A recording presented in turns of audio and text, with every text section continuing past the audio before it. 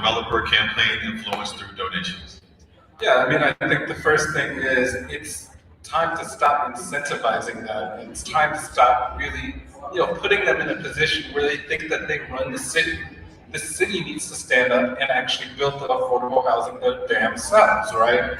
All of it, I don't know if all of us on stage are, but I can say for myself, I don't accept money from developers, right? Doesn't accept money from developers, right?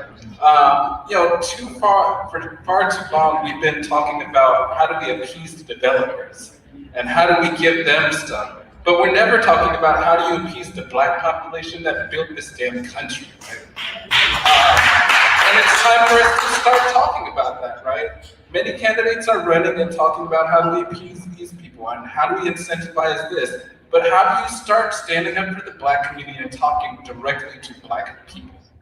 Thank you, candidate Martinez. Candidate Vasquez, same question.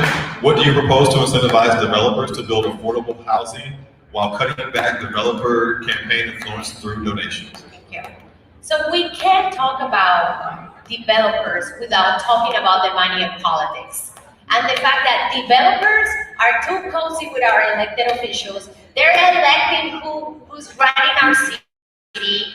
One of our fellow candidates that is not sitting here is taking more than 60% of his funding from developers. Another candidate here is also taking money from developers. I don't take any money from developers. And number two, we need to invest in community land trusts so that our people can also own their homes and we can sell it back to our community. Third, these things happen and they happen to us, but you go to other neighborhoods and you don't see it happening there. But when developers just come and do as they please. We need to make sure that our community is we are part of the process. And that's not something that it just happens. Power is taken. And as your next councilwoman, I am committed to bring all of you with me to fight developers and to make sure that they're building the fair share of affordable housing that is affordable to people in our district, not somebody else. Are people that make $47,000 a year and that struggle, that take the bus, that live with their families in their homes because they cannot afford to live alone. So lastly, I wanted to say that I want to work with non-profit organizations that build affordable housing in different districts. And I want to make sure that we already have rules that they need to hire locally. So we need to make sure that that's actually happening in our district. Thank you so much. Thank you, candidate Vasquez. The second question, candidate Martinez, we'll start with you. So Black Americans currently make up 40% of the homeless population, 52% of homeless families. What is your view of the current process for determining priority in housing placement? And what would you do to ensure that Black homeless people are given top priority? Well, the first thing I have to say is the actual weeding process for Section 8 is about 7 to 8 years. And it's ridiculous. And I looked on the website and it has so many rules. You have to not be in drugs, and if you're on drugs, you have to be in this program. You have to be making this much. You have to have this amount of families. There's 44,000 people on the streets. And I don't think we can sit here and talk about you have to have all these requirements to just get you off the damn streets. It really says, it's really how many bubbles are in a bar of soap so you can actually have your voting rights. It's the same process over again. So, my solution is to get rid of all those requirements and provide housing first with services to follow. Thank you, candidate Martinez. Candidate Vasquez, same question. What is your view of the current process for determining priority in housing placement? And what would you do to ensure that Black homeless people are given top priority? Right, and also in the question you mentioned women, which is so important because when a woman is experiencing domestic violence, guess how many weeks it takes for somebody to find a shelter in this city? 8 weeks. It takes 8 seconds. 1 second for a woman to die in the hands of a perpetrator. So that is unacceptable to me. And now the fact that Black people are anywhere from 47 to 52% of the homeless population is really telling. And we cannot look at homelessness unless we look at the high cost of living and the fact that we need more jobs and a moratorium of jobs for Black people so that we can develop more jobs specifically for this community that are local, that are good, and that are also well paid. I support more housing and housing our unsheltered community first. I support bringing that housing together with wraparound services like mental health illness and with mental health support, and also job creation, job readiness. So our homeless brothers and sisters can also get back on their feet and go on a prosperous lives. I also want to just pause a moment to talk about our role as a society and as a community on our unsheltered community. They're people too. They are in the worst situation in their life. You imagine what it's like not to have a place to call home? If we cannot allow any politician or anyone in our community to criminalize them. Thank you, Candidate Vasquez. Candidate Liu, same question. Just again to reiterate, Black Americans are 40% of the homeless population, 52% of homeless families. What is your view on the current process for determining housing placement, and what would you do to ensure that Black homeless people are given top priority? The fact that Black homeless people is far exceeding the percentage of Black Americans in the city is awful. Why does this happen? Because there's prejudice and racism all the way throughout our systems of government. How do you fight that? You do it by one policy at a time. First of all, if they were all white people that were homeless, do you think they would be on the streets like they are right now? I don't think so. Definitely not, right? So we can treat this as the emergency that it is. It's a crisis. Please show the candidates respect here as they answer questions, please. And as a crisis, Hold on, it looks like we have a situation. In the back, folks, if we please, move the discussion outside, that'd be great.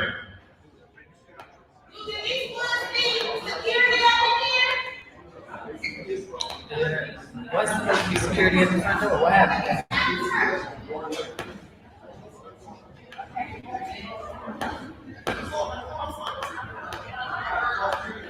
Folks, if we could please just move the discussion outside and allow the candidates to finish.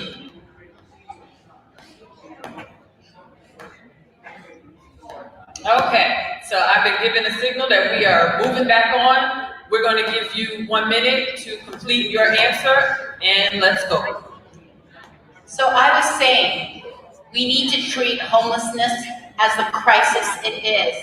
When the U.S. government says it's a crisis and we go to foreign lands, we're able to put up tents. They're called sprung structures. They're much sturdier than your typical flat tents. Why are we providing these kinds of services? Why are people on the streets? Because we don't have people in office who care to do the right thing by the people. I'm a person who understands it's about people. I also talked about the fact that there's racism and prejudice all along in the policy decisions that are made, that more Black men are pulled over by the cops.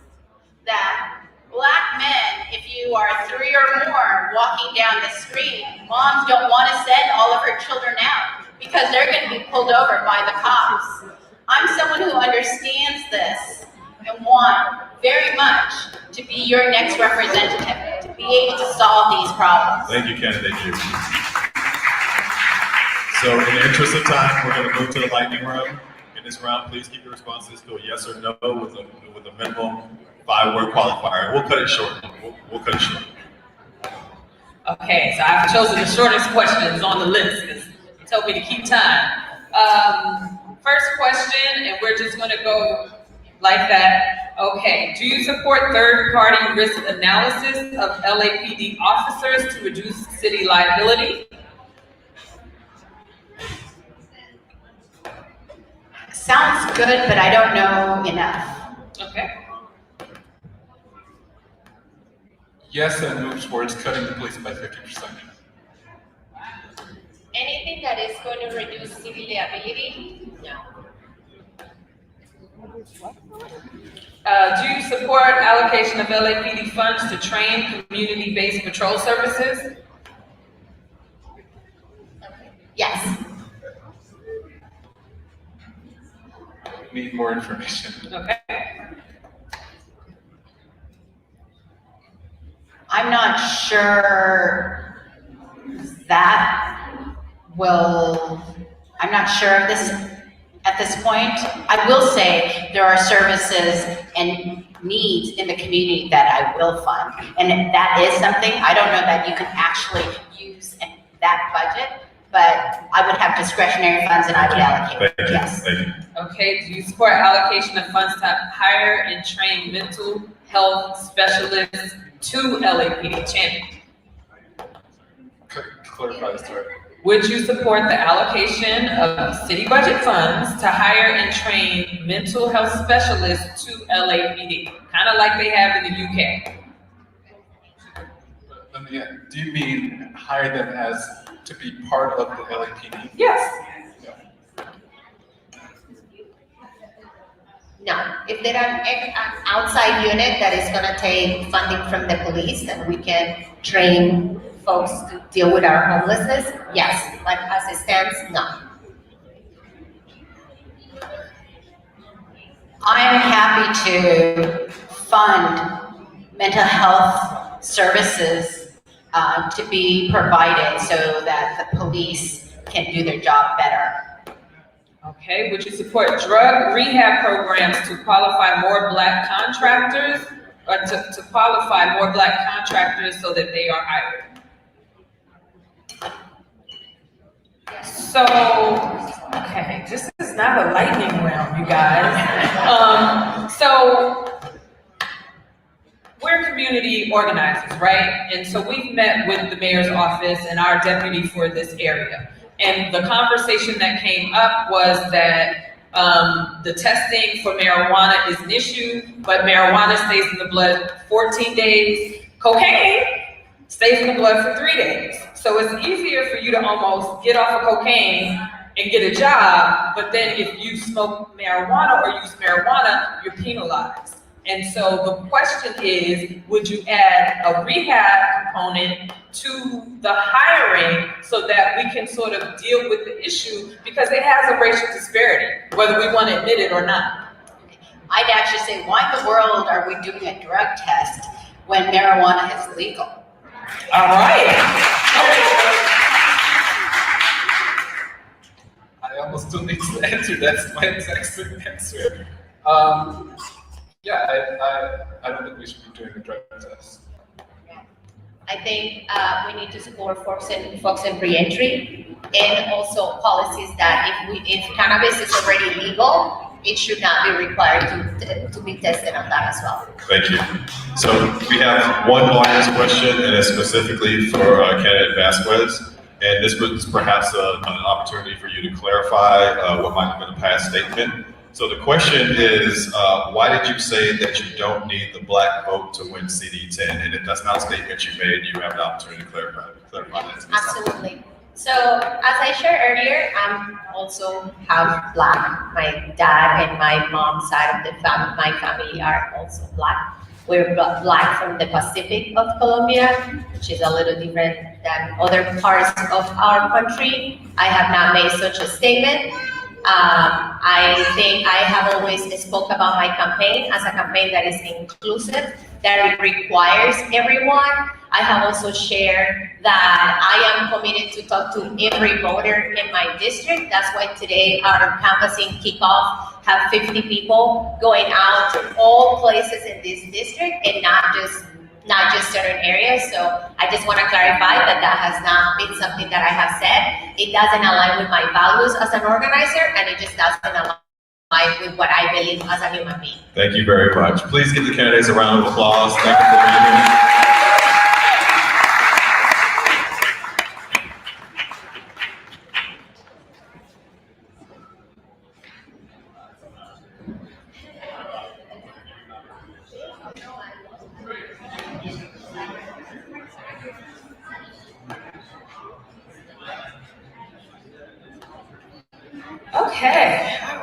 show keeps going and the show must go on. So one of our participating coalition members, Crenshaw Subway Coalition, has a presentation. And so we wanted to bring the coalition up to the stage to give you all some information. So let's welcome them with a round of applause to the stage. Thank you. Crenshaw Subway Coalition.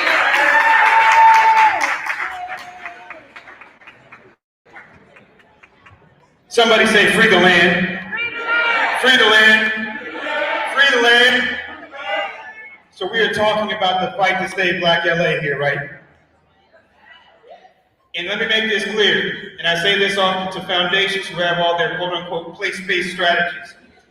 If we ain't here, there is no Black Los Angeles education agenda. If we ain't here, there is no Black Los Angeles criminal reform agenda. It becomes the Moreno Valley criminal reform agenda. It becomes the Victorville education agenda. And so what we've been doing as the Crenshaw Subway Coalition, going back to our predecessor group, Citizens Campaign to Fix the Expo Real Line, has been advancing the conversation to make sure that we have the communities that we deserve, that we engage in community-driven processes, and that our voice is heard, right? We've done amazing things, y'all, in this room. We have many organizations, including HOPE and the Black Workers who are partners in this, that we've been able to see real wins, real victories. But nothing is bigger than this gentrification tsunami. We've mentioned the numbers today. Over 50% of the families in America that are houseless are Black. Over 40% of the people who are houseless in LA County are Black, despite the fact we're only 9% of the population. We are in a housing affordability crisis, and it'd be incorrect to call it anything less than a Black housing affordability crisis. There is no solution to this housing crisis that benefits Black people, that does not benefit other people. But we need to begin centering ourselves because, and this should shock you, we are the only race in LA County that is anticipated to see a numerical decline every decade into the foreseeable future. Only single one. Somebody say urban cleansing. That's what we're fighting against. In another country, in different circumstances, you would consider what is taking place here a crime against humanity. You see it on the streets we walk past, and they're right in the park, they're right outside the park. They look like us, they are us. The only census tract in all of LA that sees an increase in Black population is Skid Row. So what are we doing? We are in a praxis moment. We don't have the luxury of being anything less than unapologetically Black about this, unapologetically demanding what we need. And so this is a huge leap. But as the Crenshaw Subway Coalition, we are seeding this region's first community land trust. Somebody say free the land. Free the land. Liberty Community Land Trust, established in 2019, the 400-year commemoration of us being stolen from our native land and brought to this stolen land, is established to be an unapologetically Black-focused and Black and brown-led effort to take land off the speculative real estate market, to ice out the flippers, to prevent those who would seek to take advantage of the rail line that we fought for, to increase our rent, to increase our housing prices beyond what we can afford, to say your game is up, your time is up, we're gonna be on the field. And so you've got a handout that talks a little bit about what a community land trust is, but it is simply an effort to preserve permanently affordable housing for the purpose of stabilizing neighborhoods. You can get into all these different policy conversations, and many of them are important, but unless we as the community own the land and have restrictions on the level of affordability that things can be sold for, whether it's an apartment or a condo or a home, we're not here. We're not here. We're not here in Leimert Park. And so we ask you to join with us in this effort, a 6-week-old effort, as we build on the history of organizations, specifically HOPE, that brought together a focused conversation in the uprising, after the uprising, about what community-driven ownership and processes look like in the Hyde Park community, specifically through Save Leimert Neighborhood Coalition, to determine what does a community-driven process and community control look like for Leimert Park. And so we're advancing that, and we're advancing it in the most difficult of circumstances, right? Housing prices are through the roof. You can see this expression of this spatial expression of racial capitalism on our streets. Well, we're fighting it with something that our community's been doing for a while, getting past our individualistic mindset and toward our collective ownership of land, collective decision-making, collective engagement and control. Thank you. You've got some information. You know where to reach us. Our headquarters, just right down the street, Crenshaw Subway Coalition Samoja Center on 43rd and Deccan, right down the street. And I thank you for being here today. Give yourselves a round of applause for being here today where you can see everywhere else. Hold these politicians' feet to the fire and free the land. Thank you. Thank you, brother. Free the land, free the people. Okay, so we need to do the land trust. It's been talked about even from some of our candidates here. As you see, we are serious about remaining here. So we are very grateful that Crenshaw Subway Coalition came with that message today. It's an important message. And word on the street is all of the boomers have the money. So talk to your elders, talk to the elders, because this is something that they can leave as a legacy. All right, so Councilmember Marquise Harris Dawson apparently is in the building and has asked for, he's gone? Okay, and he has left the building, and so we, as the show does, must go on. So we are gonna bring up for the member Central County Committee 54th Assembly District. I believe that we have Sarah Roots here. I don't know that we have any of the other participants. Gina Harris, come on up to the stage. Kanya L. Thomas, Robert Lee, Levy, Sarah Ruse.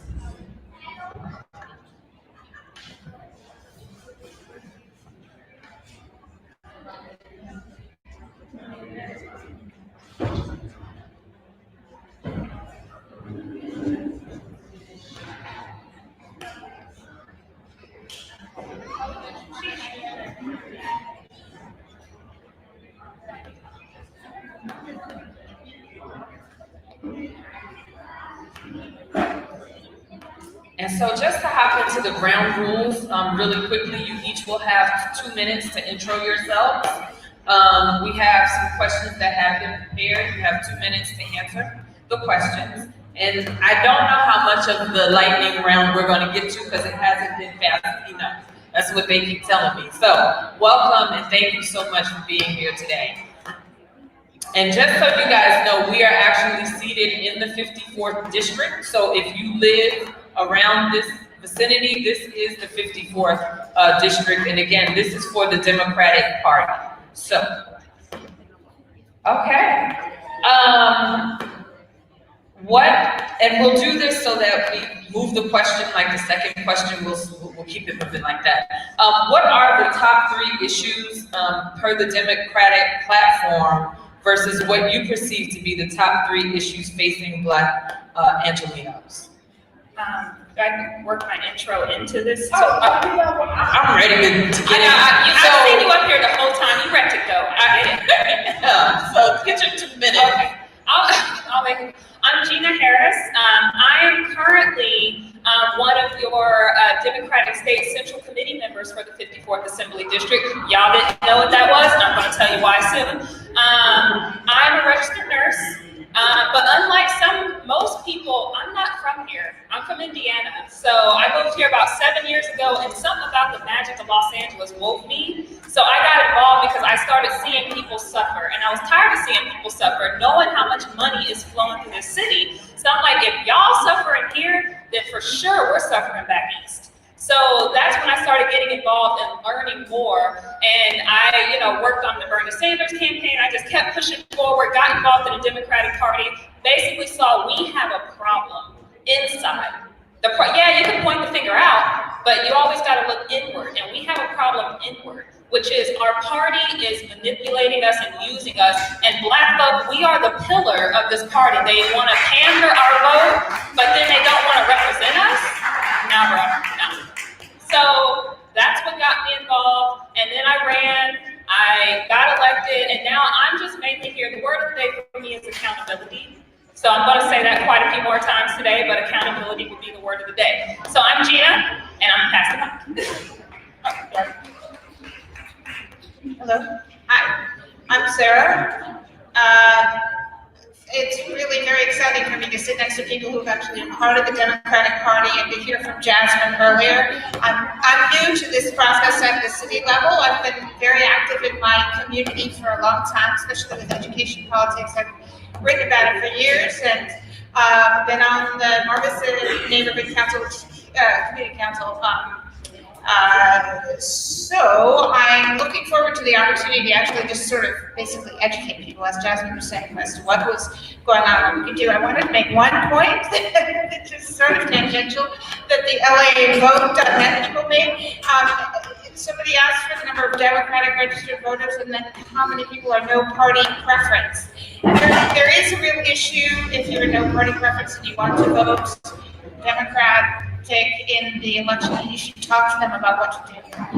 You may be able to tell. I don't know the details. They seem to shift day to day. So that's important, and I think that that's what we can do is to help raise the general population's awareness of how critical it is that you vote and give us power, to have people power, not corporate power, but Bernie Sanders campaign, Medicare for all, single payer plan. Just listen to the people. That would be a really nice first step.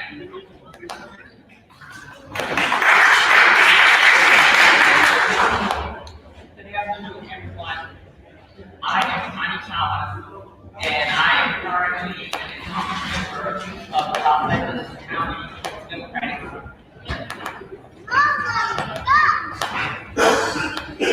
Good afternoon, everyone. I'm live.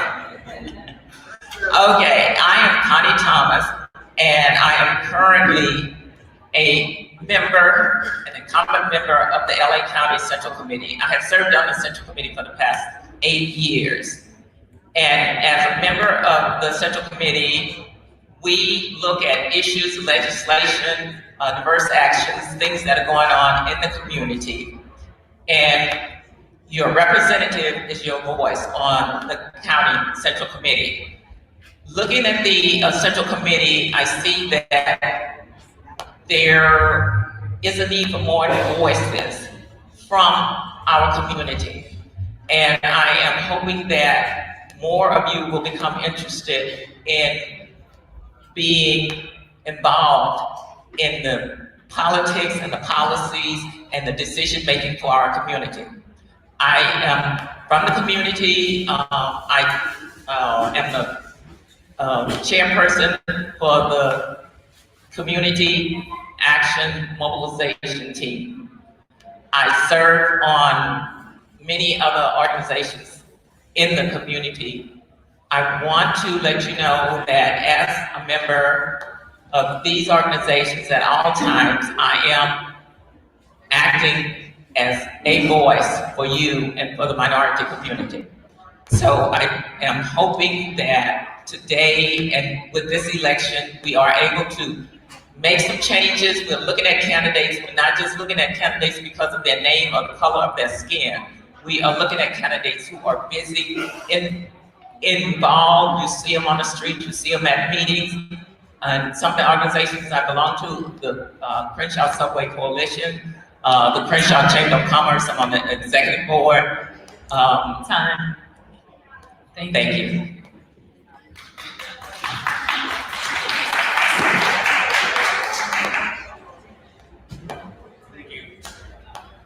Thank you. My name is Robert Leahy. I am a 6-year United States Navy veteran, joined just prior to 9/11, so I was at boot camp when 9/11 occurred. I've been very active within the county and the state Democratic Party these last couple of years. I served as the president of the Veterans Democratic Club, as well as the first vice chair of the statewide Democratic Party's Veterans Caucus. And by the way, the Black Caucus is probably one of the best caucuses we have at the statewide level. I just want to put that out there. I want to actually encourage everyone. So how I got involved here at the county is because of my position in the Veterans Democratic Club, I've been able to represent to the county Democratic Party, the Central Committee that everyone's talking about, as an associate member, basically having a voice but without a vote. Whereas what we're running for now actually gets us a vote. But what everyone may want to understand is, what do we actually do on the Central Committee? And this is what actually where it really matters, because the Central Committee controls basically like things like the endorsements for like public officials. Pretty much, you get the Democratic Party's endorsement, you have a good chance of getting elected to public office. So these are the people who actually vote on that, and they fund the money to send everyone the flyers you get in the mail and stuff like that. So, it's a very important position. Once again, my name is Robert Leahy. I've been very active, and I would really appreciate your support. Thank you.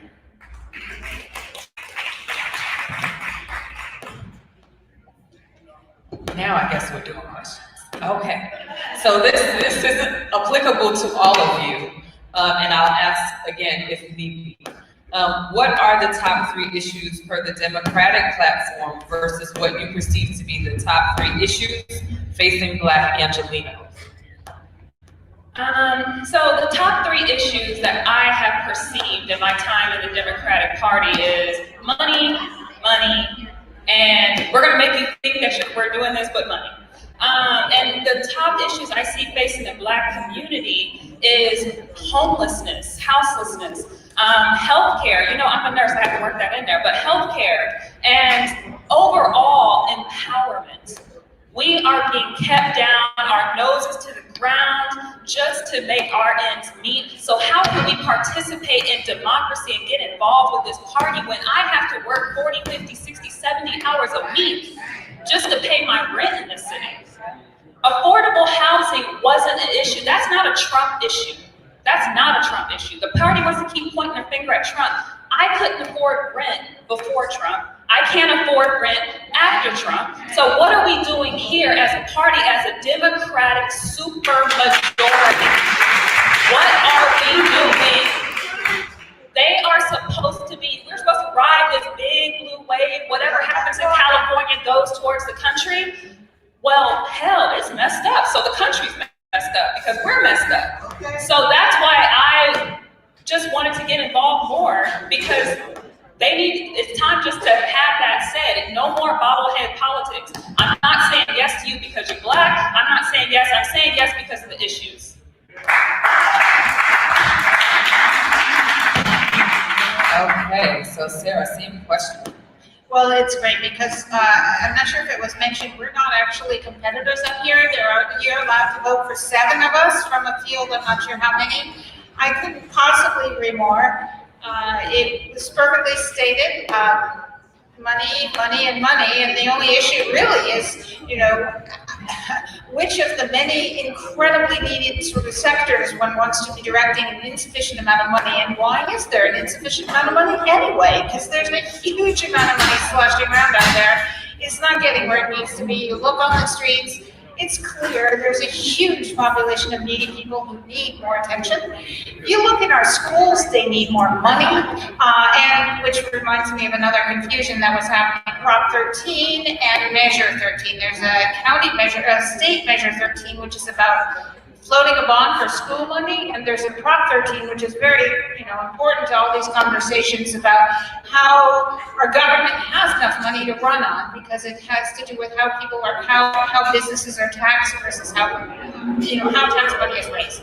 So be careful to keep those straight, and this is very much what the Central Party can do. We here as candidates, as I understand it, we support an endorsement of other people doing the actual political work. So we don't actually get to do political work here, but we listen and understand and liaise with the community in terms of expressing problems that need to be addressed and supporting those who are actually having a platform and a good plan that will get it addressed.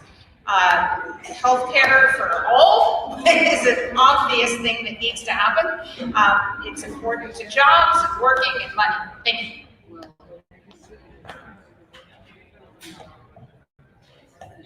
Okay, same question. What are the top 3 issues per the Democratic platform versus what you perceive the top 3 issues facing Black Angelenos? The 3 top issues per the Democratic platform in 2016, because they have not completed their 2020 platform. The 3 top issues were civil rights, education, environment. Following that, healthcare, immigration, jobs for the economy, national security, retirement, science, technology, voting rights. Those are the 3 top issues coming out of 2016. My top issue is what has been well masked and well hidden from all of you, from all of us. Jobs. The community, people need jobs. Without income, without employment, without a source to survive, to be able to pay your rent, to be able to buy food, to have money to keep your children in college, or to send them to school every day, it takes money. And if you don't have a job, you're getting money from the welfare system or somewhere. But everything costs. And when you say homelessness, if you don't have money to pay rent, you become homeless after a certain period of time. And the 2 biggest triggers for homelessness is unemployment and mental illness. So folks, wake up. The jobs office, my personal project, not personal, but the primary project that I'm working on now is the Employment Development Department office, which is on the corner of 54th and Crenshaw. It was there to provide service and assistance, to help employers to bring jobs into the community, for us to work with MTA and the other companies that we, as the state of California, were able to get to come to this area. That office is there no more, and nobody has uttered a word to get it back. Thank you so much. Okay, Robert, last and same question. What are the top 3 issues per the Democratic platform, which we kind of heard, and what do you perceive to be the top 3 issues facing Black Angelenos? Thank you. Well, what you see on paper and what you see in reality is 2 different things. So while we have certain things in the platform on paper, that's reality. The statewide Democratic Party has a lot of personal agendas. We need to do away with that. We need to get back to the public agenda and do what's right for all the people that live in the United States. We've got to fight, we've got to end the wars. That's been one of my personal top priorities, ending the wars, mainly because one of the arguments I always hear about all the nice things is we can't afford this. And, as I really respect Gina over here working as a nurse in healthcare. And healthcare, we need Medicare for all. And they say, well, we can't afford this. And you know what I say? Let's end the wars. End the wars and do something about the 59% of the discretionary budget that goes to the Department of Defense. We can scale that back to about a low 40%, and we can fund all these nice things. We can afford tuition-free college. We can afford Medicare for all. Let's do it. Let's get back to solving the homeless crisis that we're having to deal with. We can fund this. It's just about getting rid of where the money is going unnecessarily.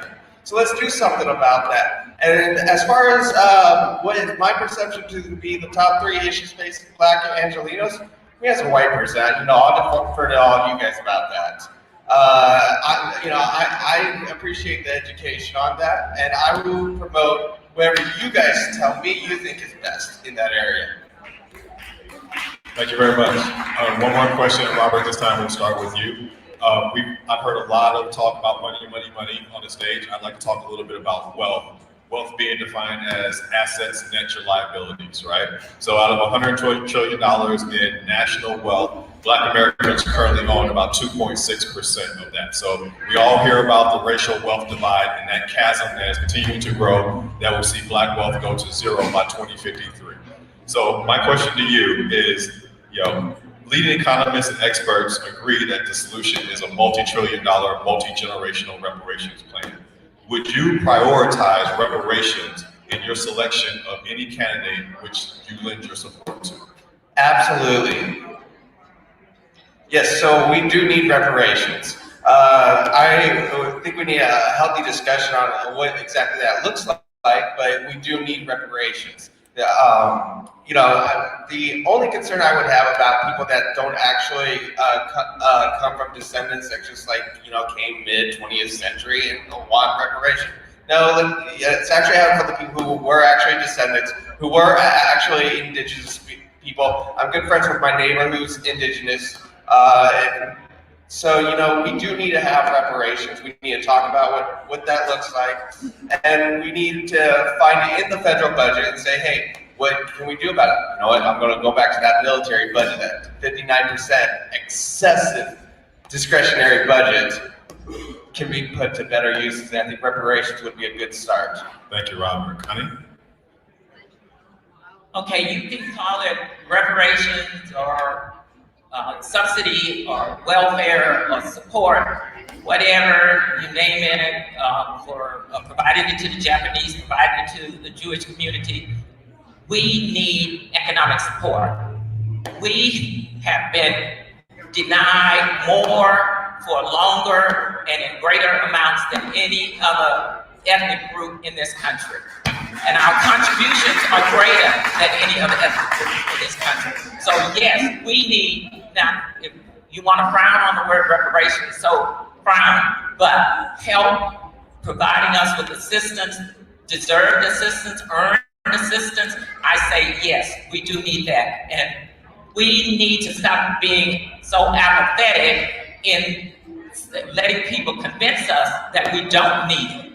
We always act like it's an embarrassment that, you know, we've been doing something wrong if we even think about it or question somebody when it's brought up. People, get stronger. You know, you got to speak up. You have got to show your strength and your power to all others. That's the only way you're going to bring about change and come from the back of the line to the front.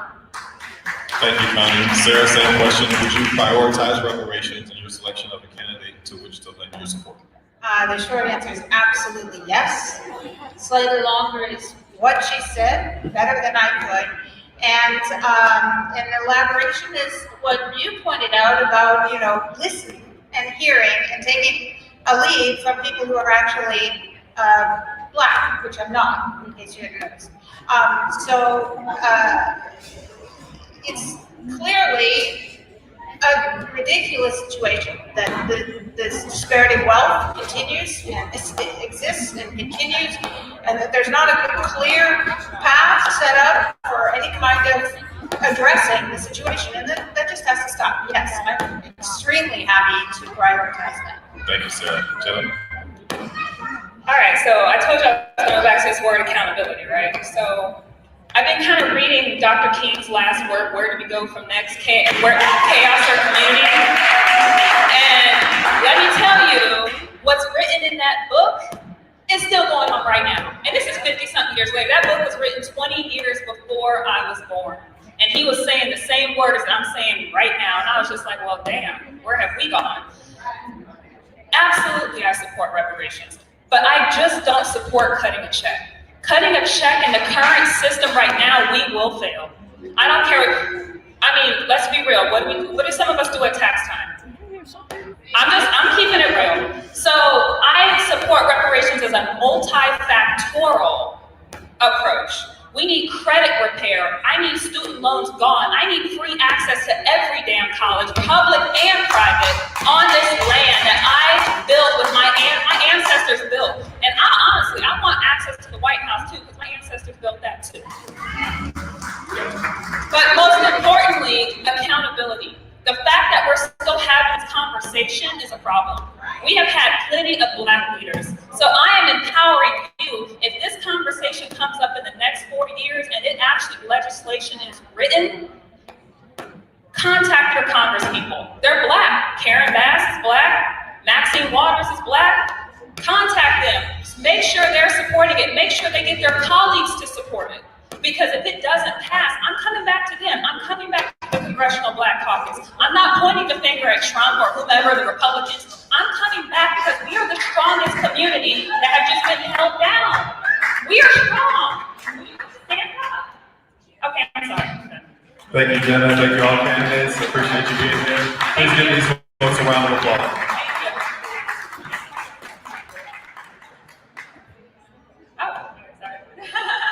We have a final question. Don't run all at the same time. So the final question, and Jasmine kind of addressed this, but because you are candidates, I will address it again. Does the Central County Committee have a process for alternate members? And how can someone from this community apply to be your alternate?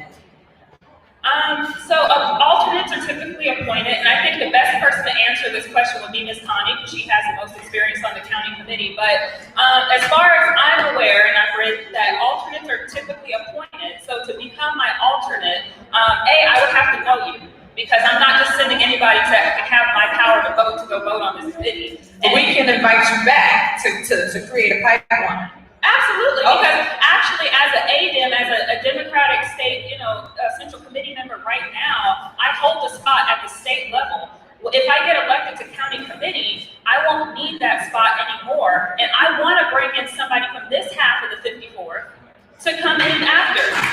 So if you're young and you're black, I want to talk to you, because they need you in this party, because you're typically about as progressive as I am.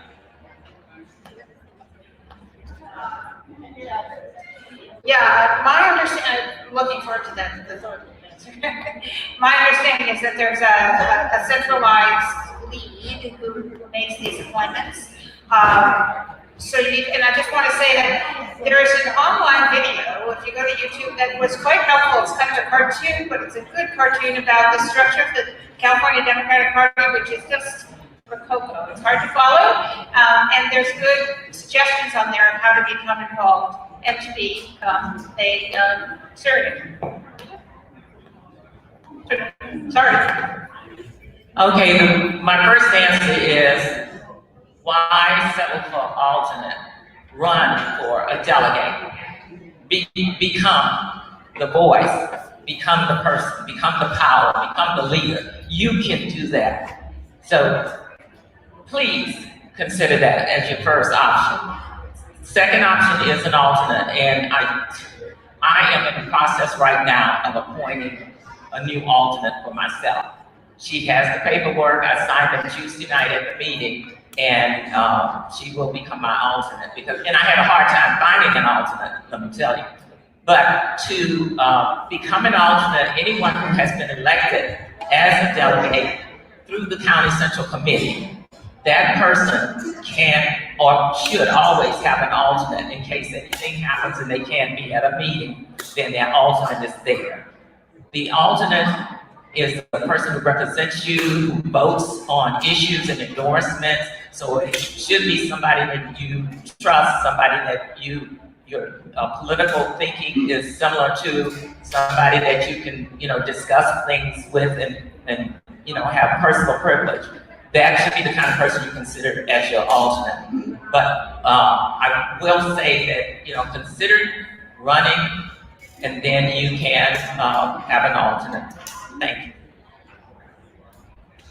Thank you. So clearly there is a process, as we hear from the other candidates. Public officials also get alternates. Central Committee members get alternates to the county Central Committee. If I got elected, I would be more than happy to come back here to help me find an alternate, just to put that out there.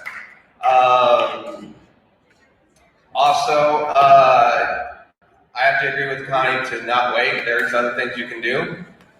Dem clubs.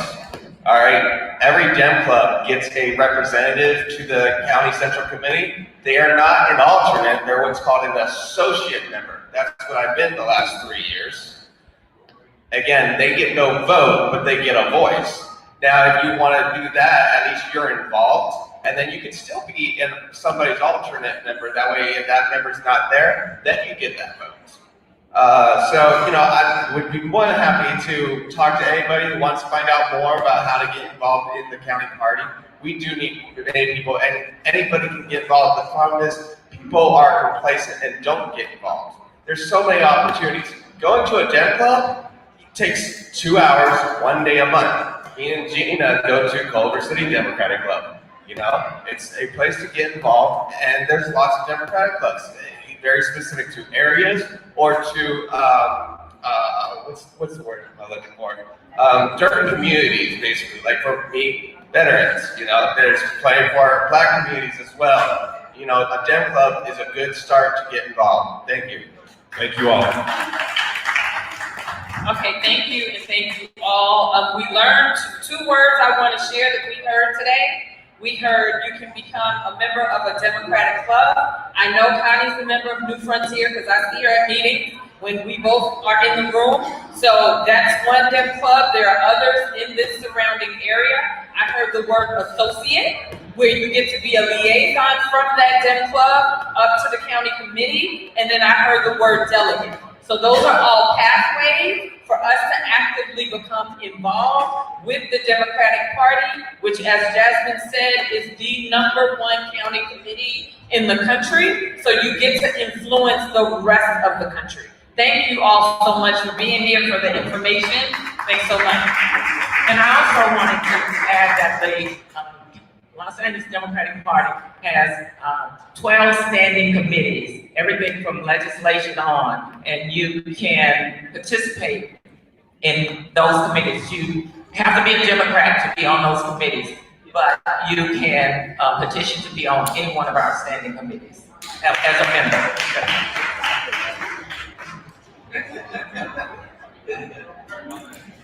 Thank you so much. Let's give these folks a round of applause. They've been here for a long time today, waiting to speak to you.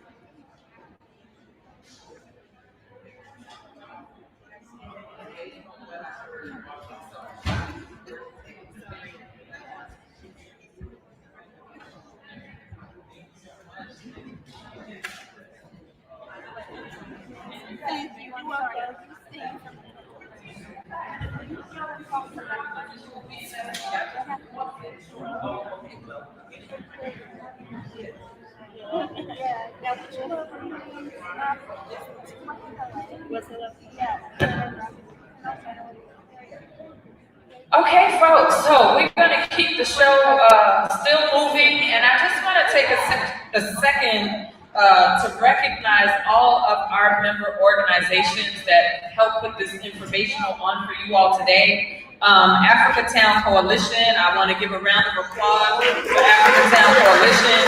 American Descendants of Slavery, we had 2 chapters, the Los Angeles chapter and SoCal chapters participate. Baldwin, Leimert, Crenshaw Tenants Union, fighting for tenants right here in Leimert. Black Lives Matter Los Angeles came through amazingly. The Committee to Eliminate Media Offense to African People is part of this coalition. Crenshaw Subway Coalition, who we heard from, thank you so much. Families of Park Mesa Heights came through. Hyde Park Organizational Partnership for Empowerment and the Life Development Group. So again, round of applause for our community, showing up for our community. We're going to now have up a speaker from Life Development Group to share some information about who they are and what they do. So let's welcome Life Community. I'm sorry, Pan-African CDC is who we're going to bring up to talk about their organization and how you can become involved.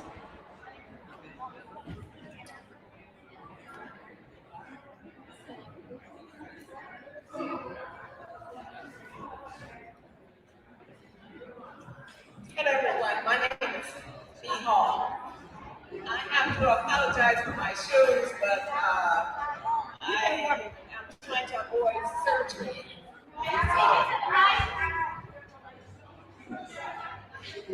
Hello? Okay. B. Hall, the Pan-African Community Development Corporation.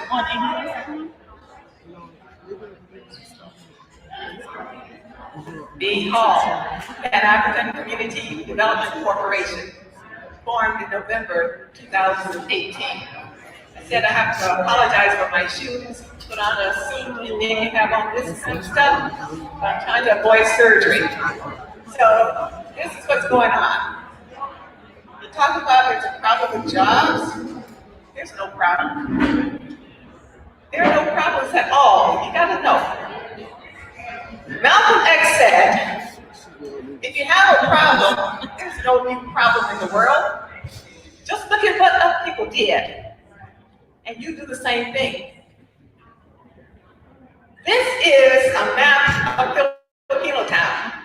It's over 1.5 miles from Virgil onward to downtown LA. Less than 15% Filipino.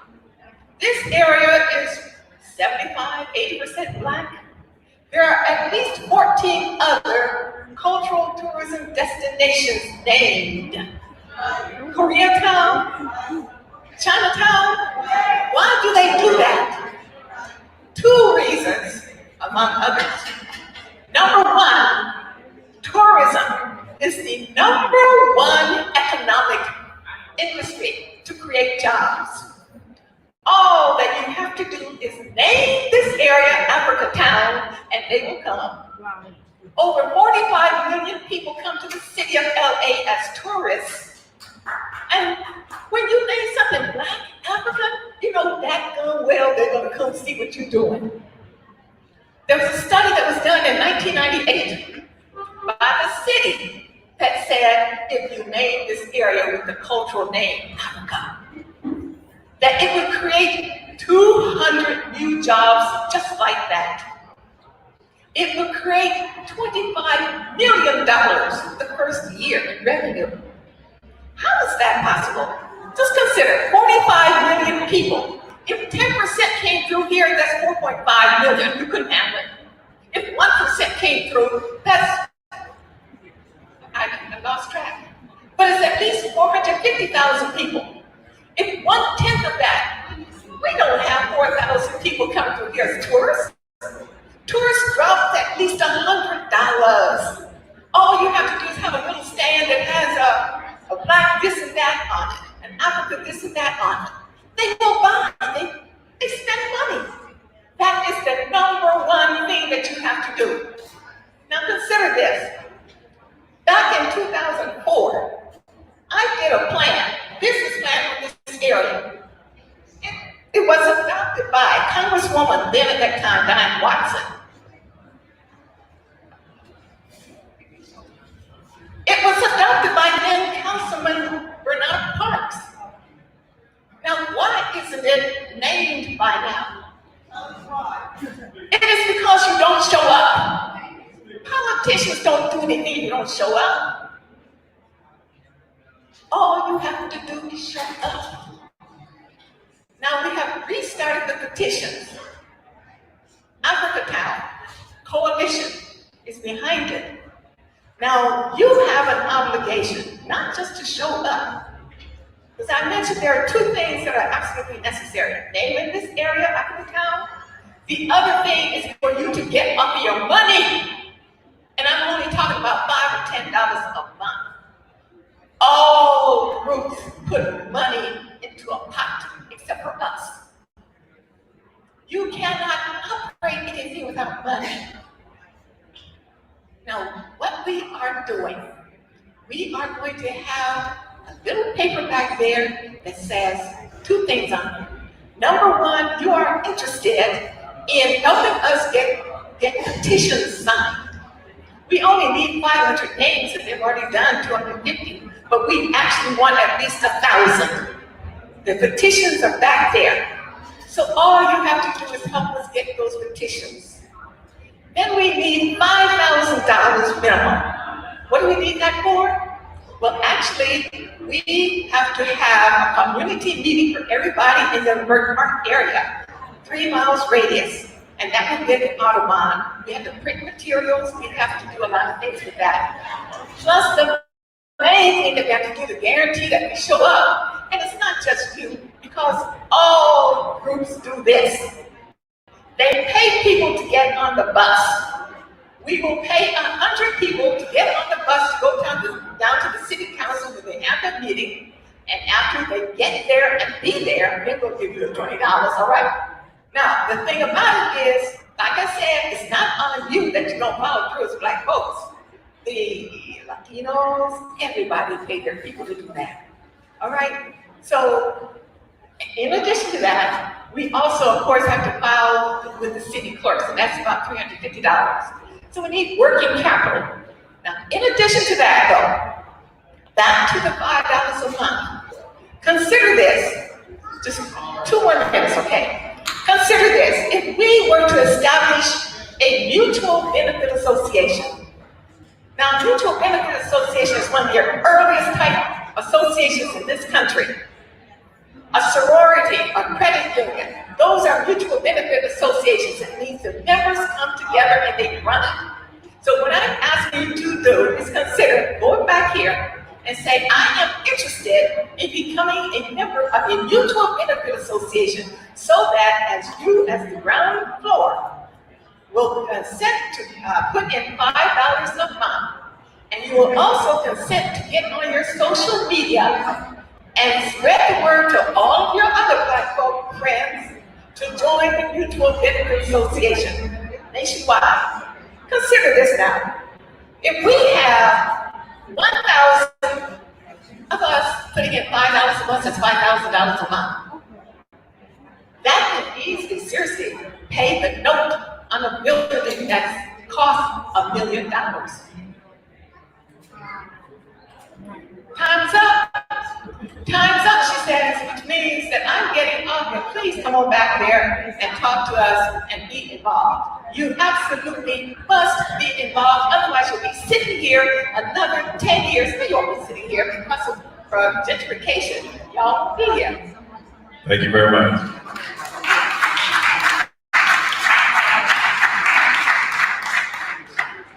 So we want to keep the program moving.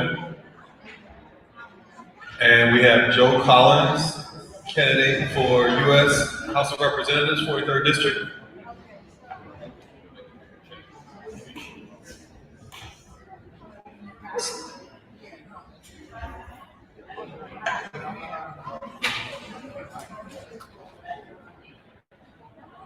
All right, Joe, so the format is we give you 2 minutes to introduce yourself, tell us why you're contesting Maxine Waters in her district there, and what you stand for.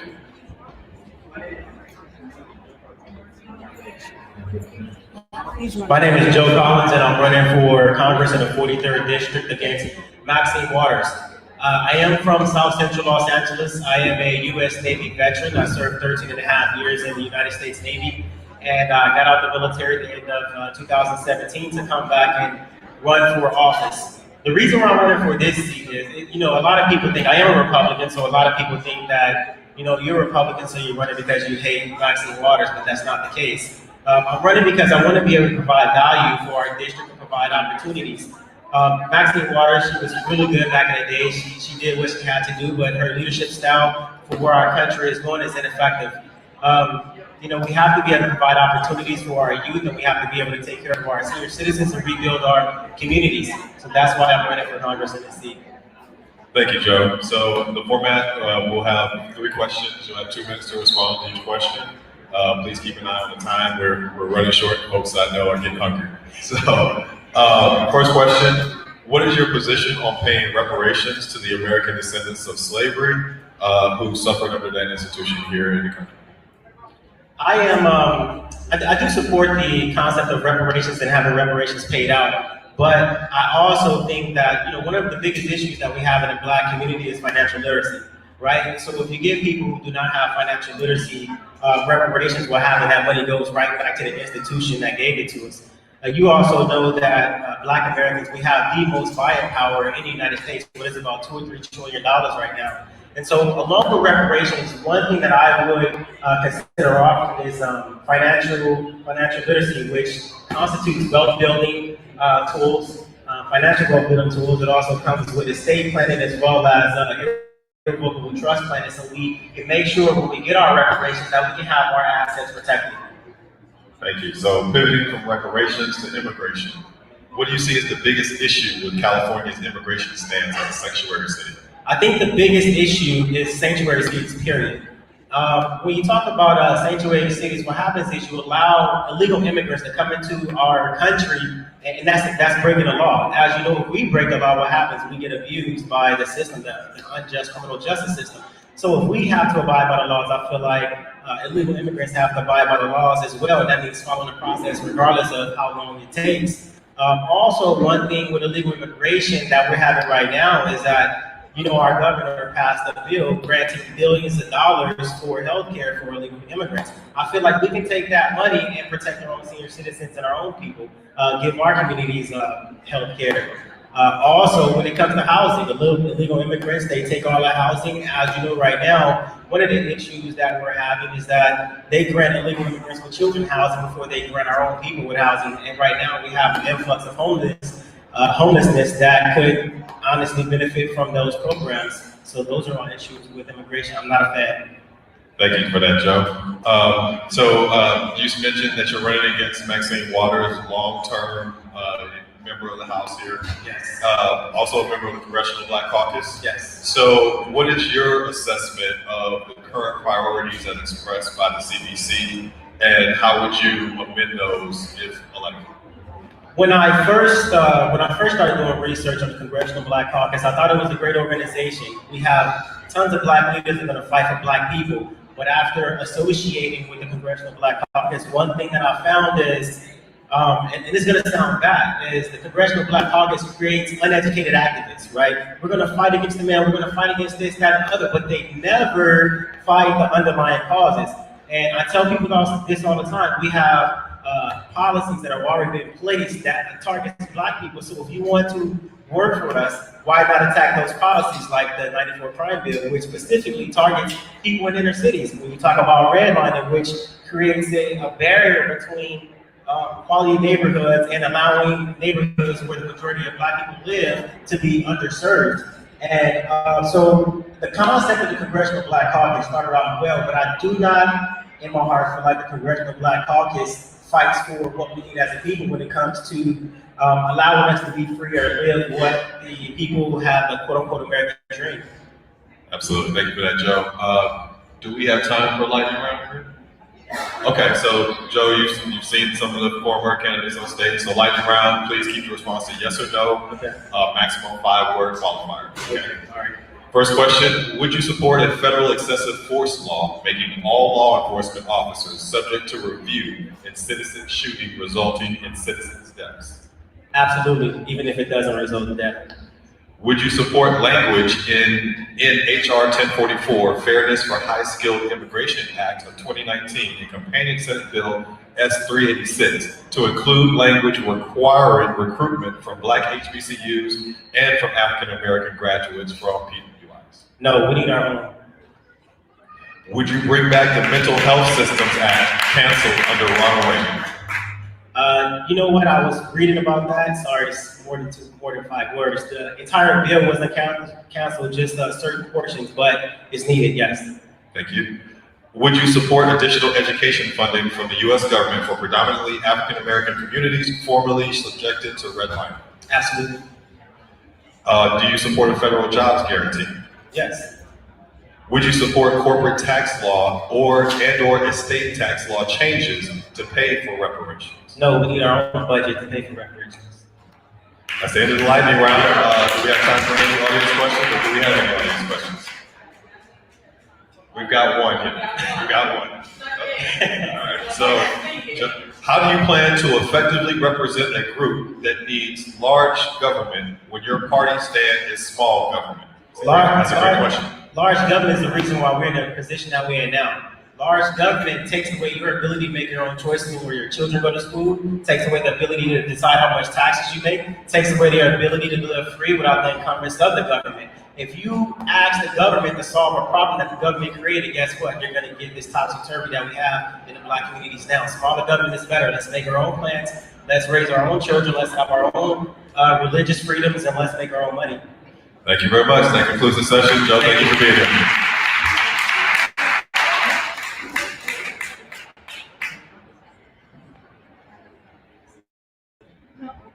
Hey, we almost in the final stretch. I think I see the finish line. We're getting a little closer, you guys. So we are going to have a presentation now, I think, from Life Development Group. I think we are ready for them now. So can I have a rep from Life Development Group, one of our coalition organization members to give us some information. Okay, that's what I was told was next. Life Development Group. I know y'all are here because I saw you earlier today, so I know you're in the building. At least I have some face recognition. Okay, so they are coming. So why don't we do a quick, I was gonna say bathroom break. Let's just take a break. Oh, here she comes.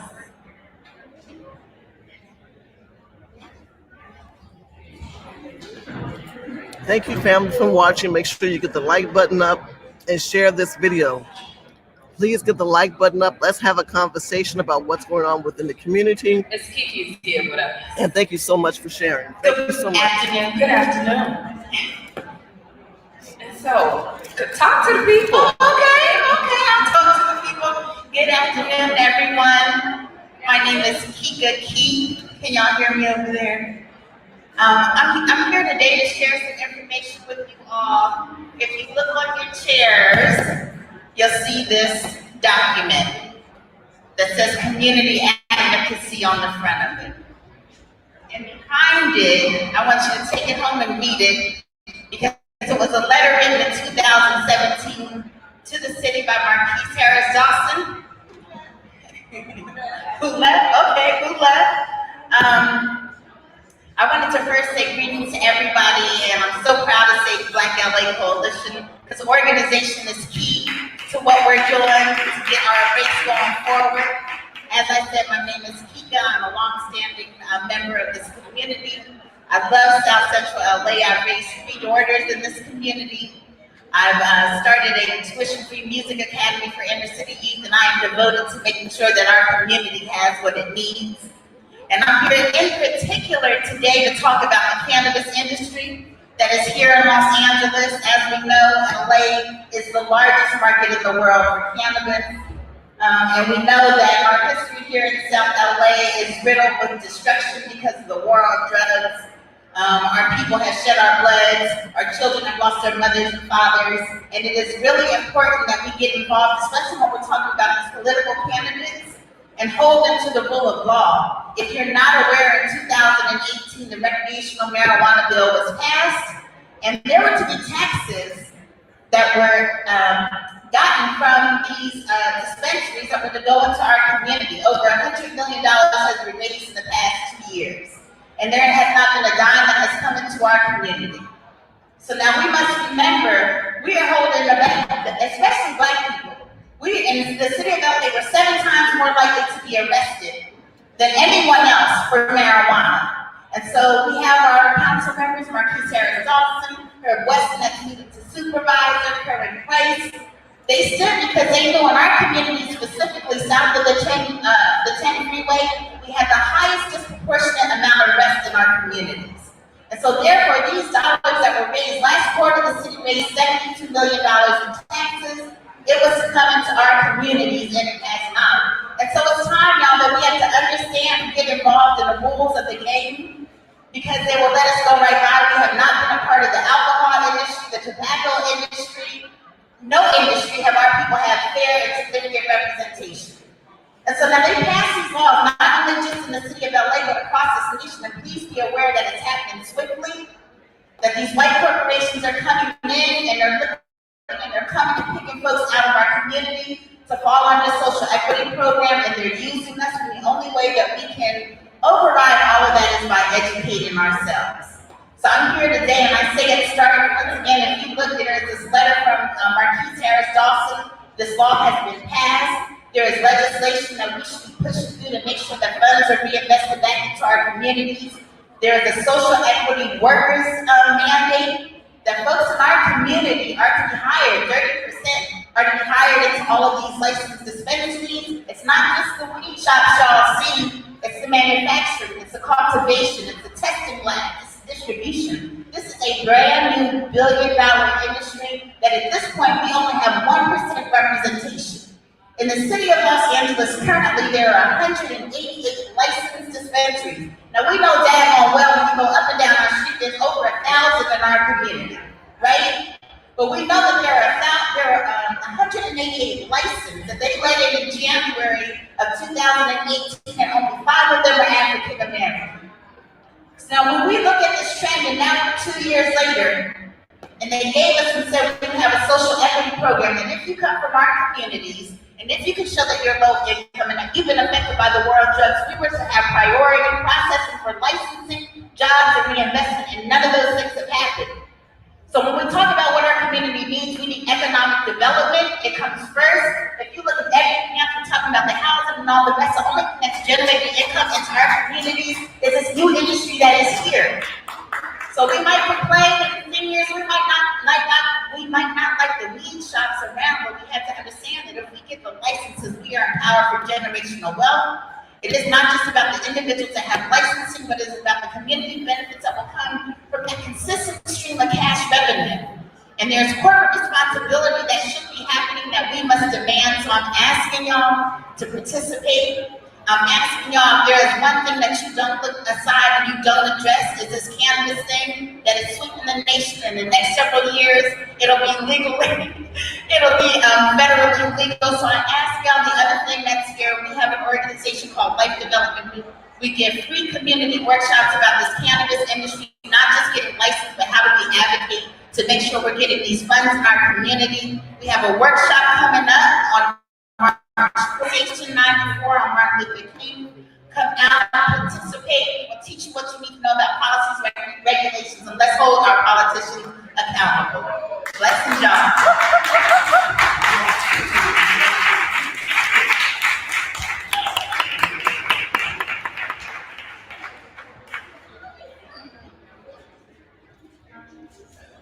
Okay, so I see judges in the building. Which means we really are at the final stretch of this thing. We started out with criminal justice, but our judges had another event in the morning in the Valley, and so we accommodated them by putting them at the end of our scheduling. Next up, we are going to have a member of the Central County Committee for seat 62. I know you all have had, this will be our third and final round from the Central County Committee, but Carolyn Fowler is here, and we want to make sure that she is heard. If you have folks in the 62nd District, and I see she's got on her Black Women's Den Club shirt, representing for the Black Women's Den Club, which is housed over there out of Cocoa. Welcome, Carolyn. Sit on that, sit there. If you want to, sit there. Because he's gonna grab this seat here. You want to be close and personal? Okay. That's good. Carolyn over here rewriting stage rules, and so we're gonna work it out the way she wants to work it out. We have a few questions. Let's get you mic first. Yeah, so we had a nice bit of education on the Central County Committee. Jasmine Mechanic was here. We've had members from the 54th were here, 4 candidates running for the Central County Committee in the 54th. But we want to give you the opportunity to answer some of the same questions that they answered. So, ready? And House Rules, you got 2 minutes if you want to do an intro. Yes, I'd love to. Okay, and then you'll have 2 minutes to answer each question. And then I don't think all of the judges are here, so we might have the opportunity to do a couple of audience questions, okay? So you've got the floor. Greetings, everyone. My name is Carolyn Fowler. I am a candidate for the 62nd Assembly District as a member of the County Central Committee. This would be my 3rd term serving. I'm currently a member. Oh, it's from the back. Okay. I'm currently a member. I have been an officer at the LA County Democratic Party. I'm currently serving on the Election Protection Committee and I am on the advisory board with the LA County appointed to roll out the new voting system. So I've been working on that project for the last 8 years. So I'm very proud, like the baby's in the born. And hopefully some of you will be taking advantage of using that voting system, learning about it, as well as I'm already voting. So the good news is, if you want to go in person, you can start February 22nd. I think that's very important that we spread that word at the nearest vote center. And those of you who have voted by mail ballots, you can do like me and vote already and hand it out the way. So you don't have to worry if you're traveling or get sick or anything. The deed is done. I'm also currently I work as a government affairs advisor for LAUSD board member Dr. George McKenna. So I have a lot of experience going back and forth to Sacramento. Thank you. Okay, so your first question. Yes, ma'am. What are the top 3 issues per the Democratic platform versus what you perceive to be the top 3 issues facing Black Angelenos? As far as the Democratic Party, when you say the platform, I would say their first priority is health care. As a party, they understand if you're not healthy, you can't do anything. So their goal is to ensure that every single person in this country gets health care. So that's their number 1 priority. The second one would be homelessness. They clearly understand that issue is becoming an epidemic, not only here in California, which we can see, but nationwide. The other thing would be economic development. They are really riding tough, and we're very proud of Congressman Waters being on the finance committee. They're really riding tough on these banks, and they're not lending to us, whether it's cars, houses, whatever. So I would say those are the top 3 priorities for us as a party. Okay. And what do you think, to contrast, if you think there's contrast, are the top 3 for Black Angelenos?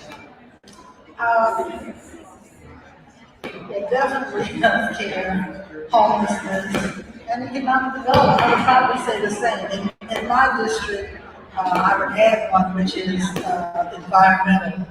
That's a pretty big priority in the 62nd because we do have fracking going on in our district.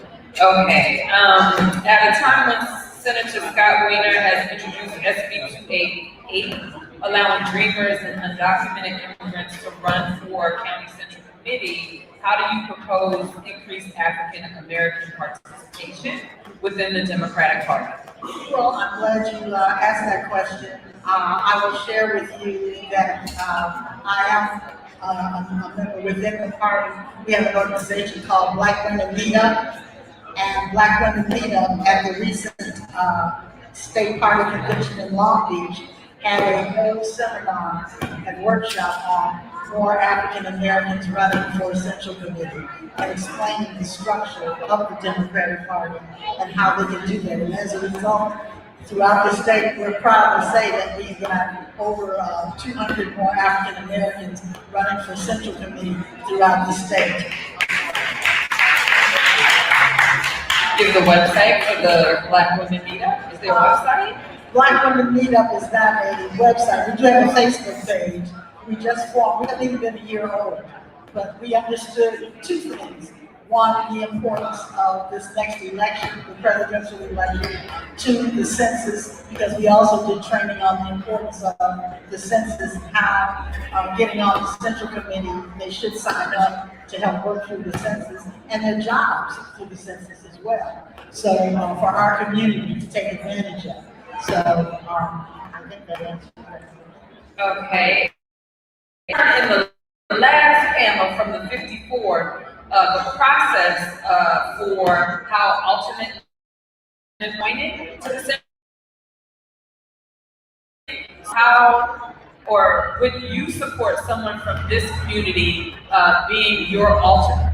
Well, in order to be my alternate, you have to live in the 62nd Assembly District. So if there's someone on this committee, we can certainly talk from there, but you have to reside in the Assembly District of the member. I will share with you one of the things that the 60-second does do. In our race, for example, we have 10 candidates, and only the top 7 vote getters can win. So since there's 3 more people, what we typically do is when we're talking about alternates, we go to those 3 people who ran first because they show the interest and try to make sure that they become alternates as well. All right. With the lightning round, Jasmine Panic also told me some of these questions have nothing to do with what the committee does. A lot of them. Yeah, and so I don't know. We are I don't even know. Audience questions. Do we have audience questions? Audience questions? Any audience questions? Did they talk about what the committee does? They did. We have had that sort of aired out. And just for you guys to know, the 62nd district is Inglewood. It's Inglewood, Hawthorne, Gardena, the Willowbrook area, as well as on the west side, you've got the Marina, West LA, Westchester, Playa. So that's Assembly Member Olive Burke. So if you're Assembly Member Olive Burke, then that's part of the 62nd Assembly District. Okay, so tell your friends, tell them about Miss Carolyn. I'm glad that you were able to get here today, because I know you had a long day. Thank you so much for joining us. Thank you. I apologize for my parents' campaign.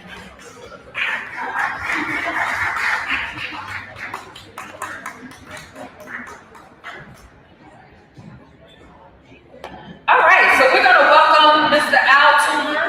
Al is gonna take the seat up here on stage with us so we can hop into the judges panel. I see we have quite a few judges in the room, and they want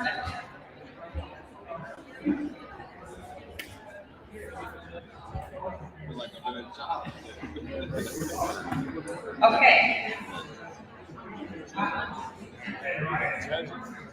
Okay, so Carrie Harper, who I know I saw,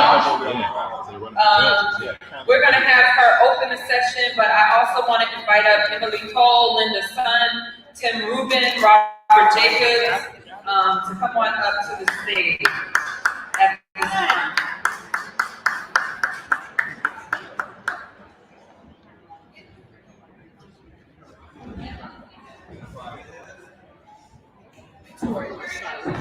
Over here.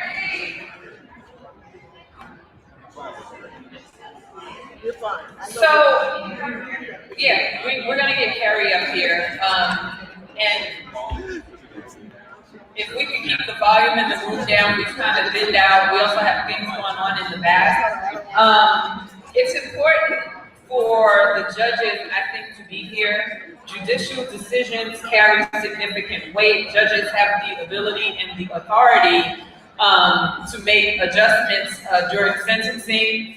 And as a community that is, in my opinion, overly prosecuted, despite the fact that there are limitations to some of what they can and cannot discuss, we did try to have more generic sort of questions to address that particular issue. But just to give you a run of show, so you each will have 2 minutes to do your intro and also address the seat that you're running for, because you're not all of these judges and our guests are not running for the same seat, but they are running for seats in Superior Court. And so for that reason, announce yourself in your seat. You have 2 minutes to intro. All of the questions for the judges, regardless of seat, is the same. So we'll go into those questions, and then I think we'll do some Q&A from the audience. But thank you so much for all being here. Some of you I've seen before from New Frontiers Dem Vetting Review, and so welcome.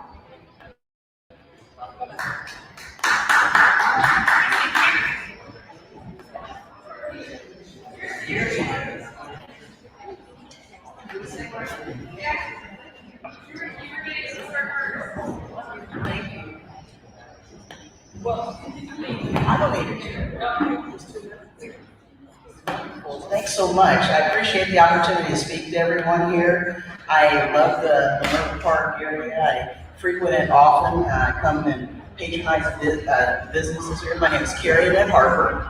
I'm running for seat 162 for Los Angeles Superior Court. I have been a civil rights attorney for 17 and a half years, and I represent folks who are usually beaten up and killed on the way to jail. And it's interesting that I do that type of law because I was a police officer in another life.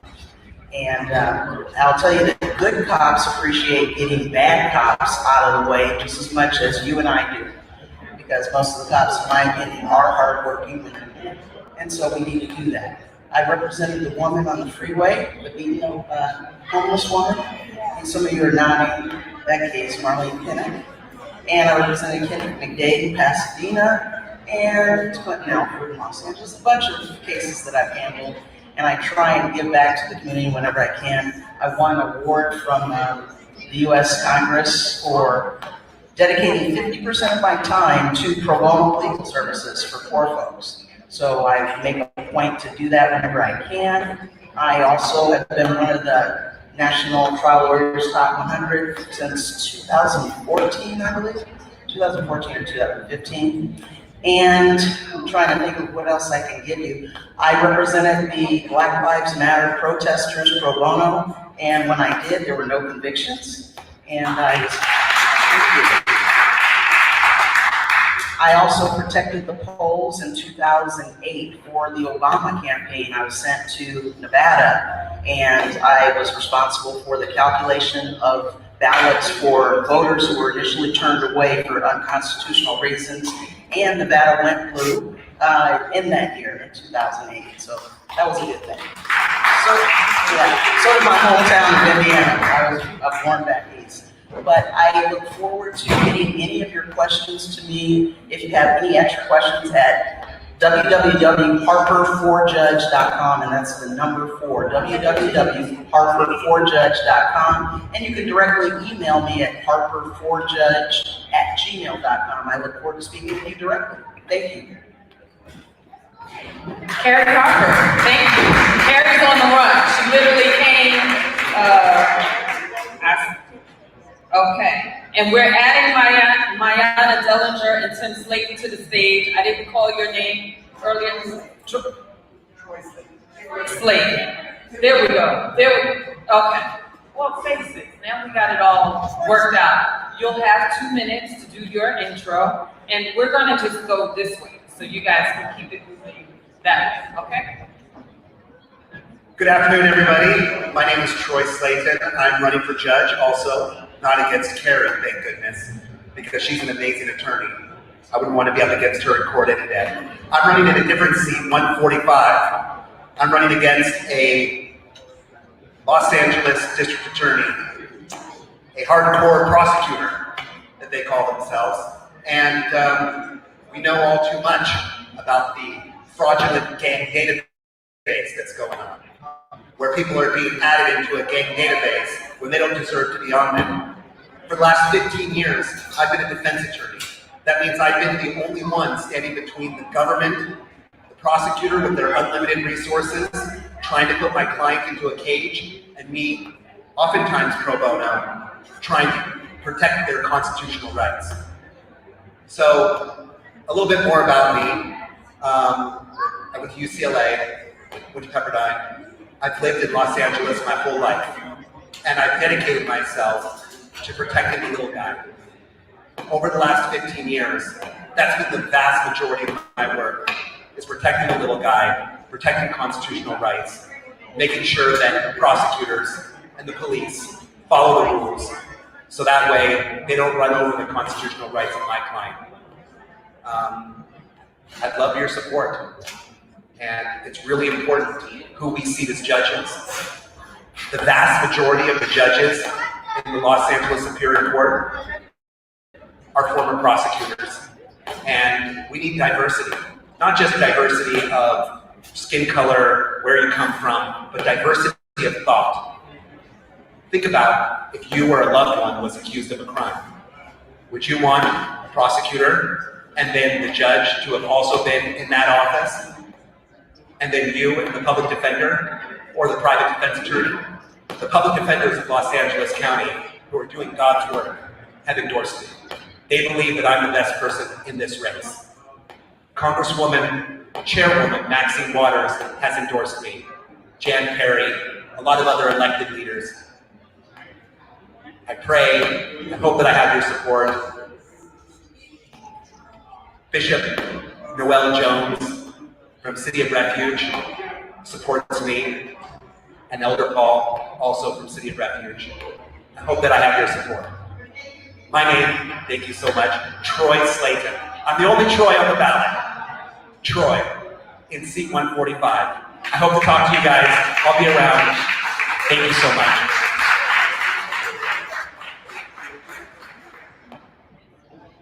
Hello, my name is Mariana Dellinger, and I'm running for seat number 72 as a little bit of a diversity candidate, not of color, obviously, but I'm a first-generation immigrant, born and raised overseas, speak 3 languages, put myself through college 3 times, blue-collar background, the only one in my family to get any kind of information, any kind of education. The endorsements are coming out, Maxine Waters, so on and so forth, so check my website. I'm smart. I graduated law school as #1 in my class. I'm a notable Fulbright scholar in climate change, law, and policy. My background is different than these fine folks up here, in that I'm currently a law professor. I teach, among other things, civil rights and human rights to people both here and also occasionally in China even. Long time ago, for a long time, I've been talking about climate change and how that affects especially people in the poor communities and communities of color. We now call that environmental justice. I've written about 300,000 words on that and the disproportionate effects, like I said, on poor people and people of color, and unfortunately that's often the same groups, as we know. I've rendered pro bono service to the Flint, Michigan water crisis that also disproportionately affected Black people. I also rendered pro bono legal advice to the tribal communities in the Dakotas against the access pipeline up there, thank you, to help them against these big corporate interests. I was awarded for a diversity award by my employer for trying to attract more African American folks, both as teachers to come to law school, but also as law students. I taught law to help people help themselves in a law school here in California for many, many years that had a majority diverse population. So I've been doing this stuff for a long, long time, and like I said, I'm sort of the different candidate, and it is true, as been said, we really do need some different kind of folks on the bench. Remember Obama said, vote for a woman. The bench is currently about 80% male and predominantly white, and yes, a lot of fine folks run as district attorneys, nothing wrong with that. But we do need to, in seat 72 for Mariana Dellinger, look at something new. Thank you.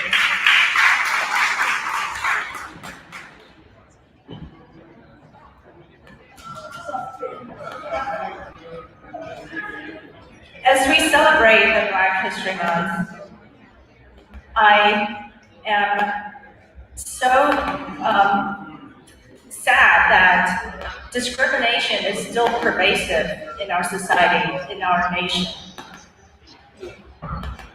It's been more than 100 years since the Black community can vote, and the Chinese Americans trailed the Black community by 73 years. We were given the rights to vote in 1943. I can intimately relate to the discrimination that happens in the society. Just 2 days ago, people posted on my Facebook page with the sentence, "Do we have any Americans running in your race?" And another person posted, "Coronavirus, stay away from her." These are the vice that we need to get rid of in our judiciary system, in our society. My name is Linda Son. I'm running for seat 42. I have been a Deputy Attorney General with the Department of Justice for about 19 years, and I specialize in consumer protection litigation. I protect people like you and me, regular consumers, against unscrupulous professionals. People scam your daily activities, your money. People take away from your take money away from you. I protect people like you and me. And I have been prosecuting about 1,000 cases over the last 19 years. In my spare time, I've given back to my community by performing work representing the underrepresented society. And before I became a deputy attorney general, I was a pro bono attorney helping the homeless population. I have been endorsed by Kirk Weston, State Senator Bradford, Maxine Waters, and Diane Watson, and I hope to earn your vote as well. Thank you.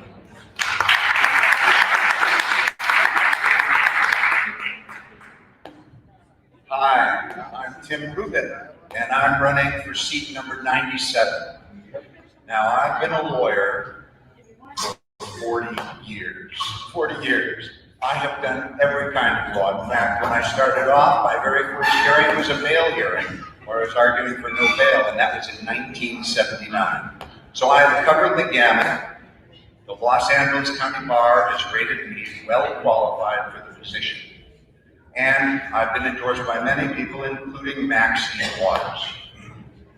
But I'm also a sports fan, and in fact, a coach and a referee. And one of the things I've done many times is both coached and refereed. In fact, I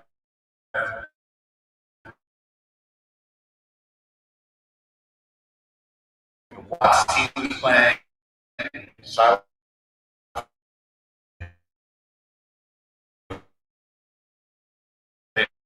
Had a great time.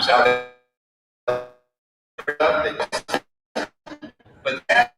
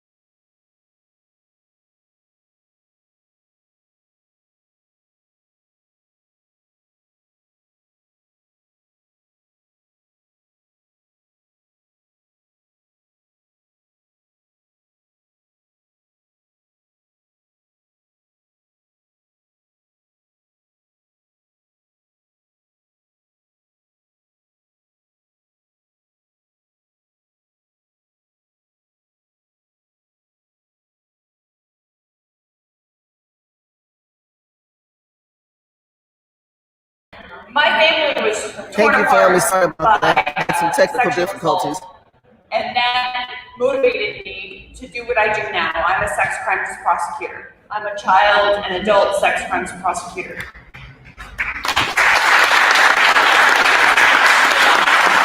in 4 women are sexually assaulted.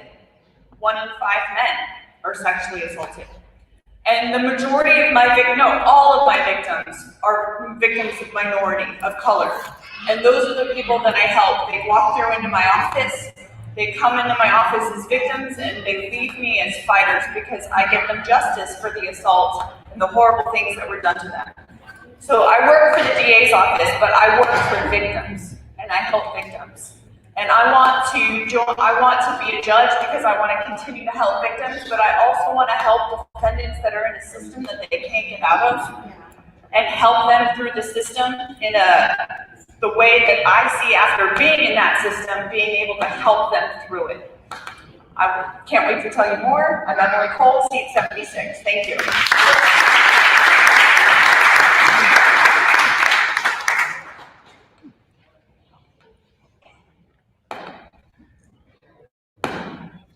Check.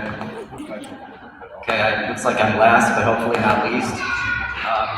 Good afternoon, my name is Robert Jacobs. I'm running for Judge Seat 72. It's a pleasure to be here today on Martin Luther King Day. I came down for the Freedom Festival and had a great time with everyone here. I am actually an immigration attorney, and I am not your typical candidate for judge, and I also do criminal defense. And so my job is not to put people in jail, but my job is to reunite and protect families and keeping them together. And some of the things, despite the challenge of my profession, since I'm not a typical attorney running for judge, the LA County Bar Association deemed me qualified to be a judge. And I've also received numerous endorsements from the Stonewall Democratic Club, over 60 judges in the Superior Court, and community leaders throughout the county. Now, for my particular profession as an immigration attorney, I represent some of the most disenfranchised people in our communities, people from all races, ages, sexual orientations, mental abilities, and income levels. For my community service, in 2008 and 2012, I was a deputy field organizer for the Barack Obama campaign. And I campaigned both in Los Angeles and traveled to Nevada to walk the precincts and get out the vote in largely minority neighborhoods. And I recognize that after having 8 years with an African-American president, we have not really come very far since then, and much still needs to be done. Some of the other community work I've done pro bono work, helping mentally ill people obtain housing through a nonprofit company in law school. I do pro bono work for my clients and at community legal fairs. And a little bit about my personal background. My dad was a public school teacher in the city of Milwaukee for the Milwaukee Public Schools in African American communities. I have a brother with mental health issues and a mom who helped people with substance abuse problems. So I believe that I have a background professionally and personally to be a good judge and with an understanding of the people that I will be representing. So I hope to have your support. Again, Robert Jacobs, seat 72. Thank you very much. Okay. So, because we have so many judges in the house, we are going to just do a little bit of modification, and I'm going to ask that you all keep your answers to these questions to a minute or less, just so we can get through the panel. So I'm going to let Al go through our first 3 questions. You each will have an opportunity to answer the questions, and you each will have 1 minute to answer the question.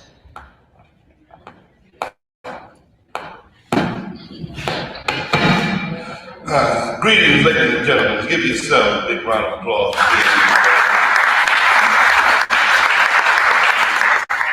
I'd like to thank all the judges for coming down to it before I get into these questions. I want you all to take a look at me. Remember, this is what I look like on the panel.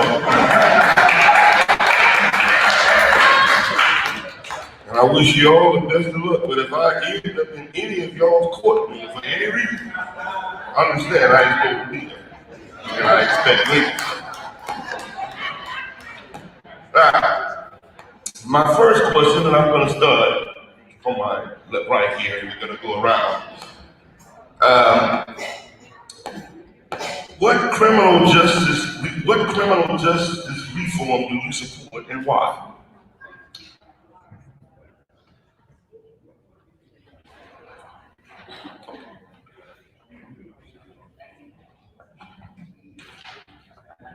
What criminal justice reforms? Well, let's just start off with the most obvious one, bail reform. As a former prosecutor, I will tell you that we use the bail schedule very effectively to offensively keep people in. I do believe that public safety should be important and your history of appearing in court, which is what the statute now says.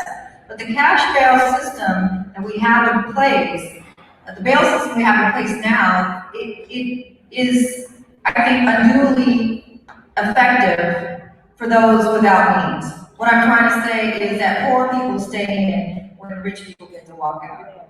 And so I'm just going to keep it very direct and very straight. The other thing I'd like to see is greater funding and more lawyers and resources for the defense bar. Public defenders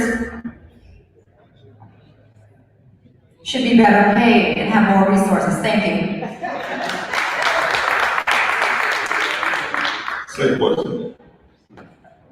So I echo that, definitely bail reform. Also issues like looking at, we know that sending people to prison doesn't really actually help that much. So looking at other alternatives, a lot of research is being done around the nation and around the world as to giving people more, they need to serve their time, but they might need to get some more job training so they can become productive citizens.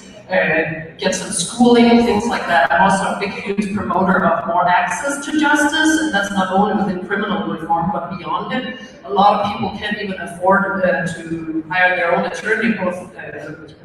The limit for that is very low in the criminal system, and it's not existent in the civil system, so I think the whole access to issue needs to be looked at a lot more broadly. I'm also looking into things for that's called restorative justice, so having the convicted defendant meets the victims and help together on solutions, so we can look to convert those people to become productive members of society again.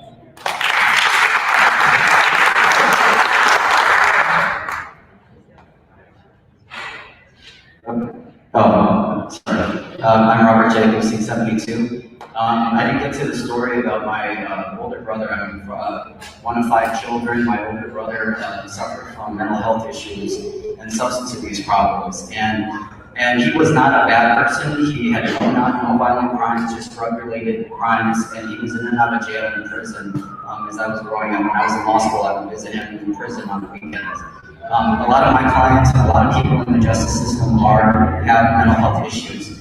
There's an organization, LA County Office of Diversion and Reentry, that takes people from jail that are identified as qualified, that have mental health issues, they don't really belong there, and they take them and put them in smaller facilities so that they can get the mental health treatment they need and medication monitoring. And once that happens, I think we're going to eliminate a lot of the problems with our criminal justice system.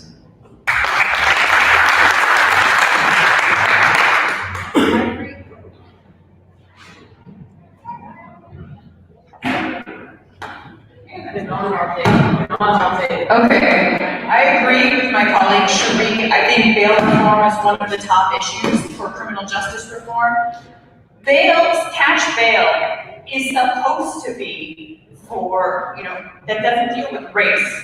Because no matter, it depends on what you do. You get a certain amount of money for this crime, a certain amount of money for that crime. But it disproportionately affects people of color. Because people of color tend to be lower income, and so they can't afford to get out, and that is absolutely not fair. As long as we consider 2 things, whether or not that person is going to come back to court and public safety, those are the 2 things that need to be considered, whether or not they stay in or out of custody. Definitely the cash bail system needs to be reformed. Thank you. Hi, I'm Tim Rubin. Seat number 97, I agree with what you said on bail reform, but let me tell you, right now before the California Supreme Court, there is an issue as to whether or not extra fees and fines can be imposed on the poor. Now, that's right now happening. Now, I wrote an article on Thursday, it's being published next week, and it supports eliminating those fees and fines for people who cannot pay them. What I'm telling you is,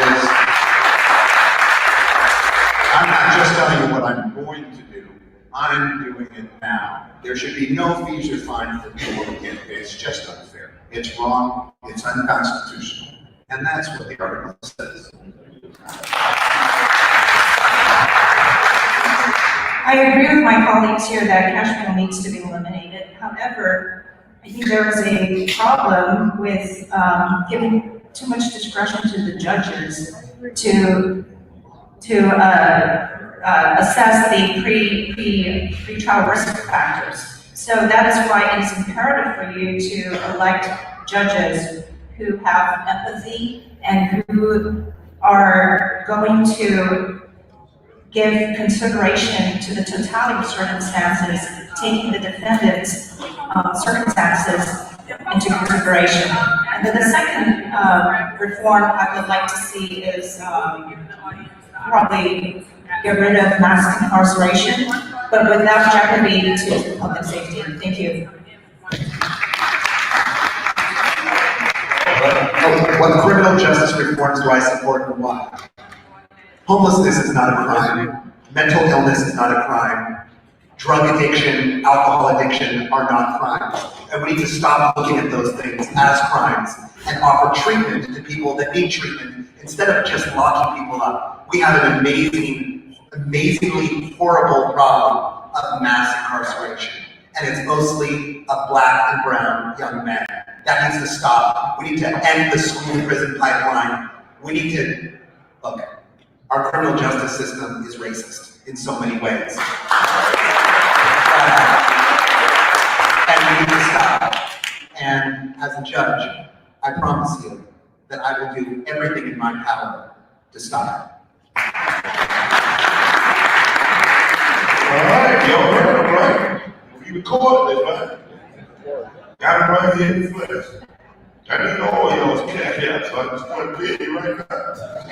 I like everything he's saying.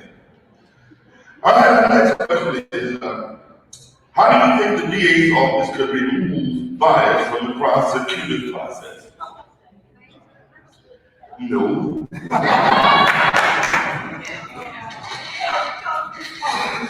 only reason why I want to answer this is because I am in the DA's office. I can speak for myself in that I do not look at the race of the person when I am considering whether or not I file the case. I can honestly say that I know that that is not the case for a lot of other DAs in my office. I can just speak to myself. And so what I would recommend in this case is taking away the notation on what race that person is and taking away the picture of what that person is so that when we decide on filing a case, we do not have race as a consideration.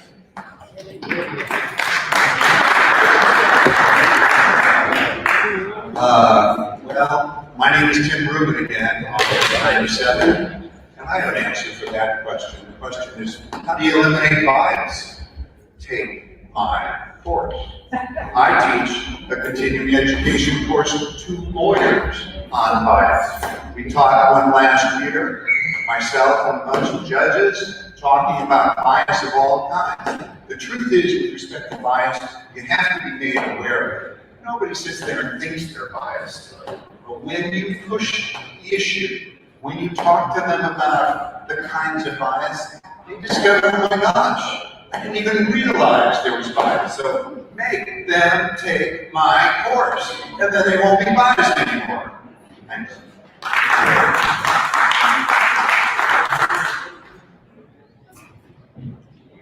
I work in an organization called the Department of Justice. Our emblem is the Lady of Justice with a blindfold. There are studies showing that blind charging can eliminate bias, and I think San Francisco is doing that in a lot of other cities, and they have very they have been very successful. I also want to share a little story that of my own. 2 years ago, I was on a jury, and I was the foreperson of that jury against a defendant who was already incarcerated for the crime, and he is African American, and he represented himself, and he testified on his own, and during his testimony, he also admitted to another uncharged crime. Walking back into the jury room, I avoided mistrial because there are two. I avoided hung jury because the two jurors would not let go of their bias of him in a jumpsuit, in orange jumpsuit, with him already incarcerated, him testifying about another uncharged crime. But I ended up convincing the other two jurors that we need to look at the evidence, and we turned a verdict of not guilty. Thank you. How do we eliminate bias? Again, my name is Troy Slayton. I'm running in seat 145. One good thing to do would be to stop the LAPD from being able to use the gang database if they don't know how to use it correctly, and use it fairly and use it properly. My opponent is a gang prosecutor. Then, when you think about it, adding a gang enhancement onto a charge means that the potential punishment for that person is 10 years, 20 years more. And you're a 19-year-old kid, and you're facing life, basically, in state prison. Or they say, oh, or you could just take 3 years. 3 years in state prison. But then you walk out and you have the scarlet letter of a conviction that stops you from being able to participate, get a job, get credit, get education. It's the new Jim Crow that we all have.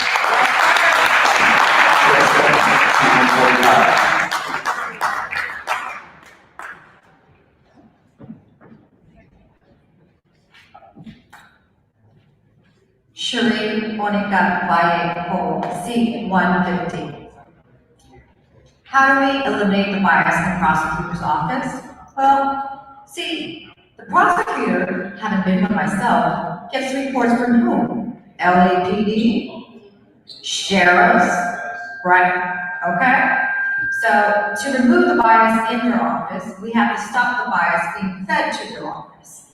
We need to confront what is happening with our law enforcement and their perception of who's dangerous, who needs to be stopped and frisked, who doesn't.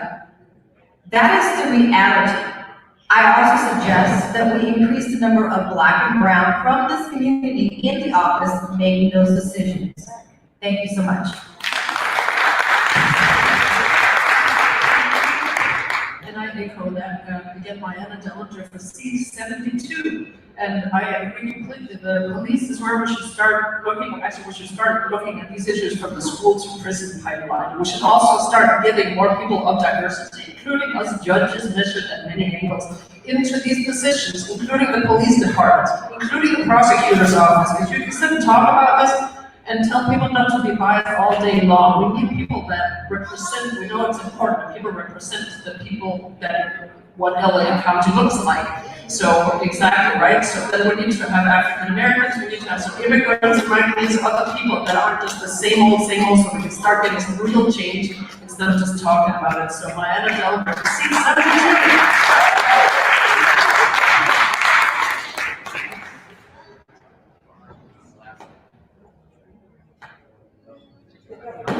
Hello.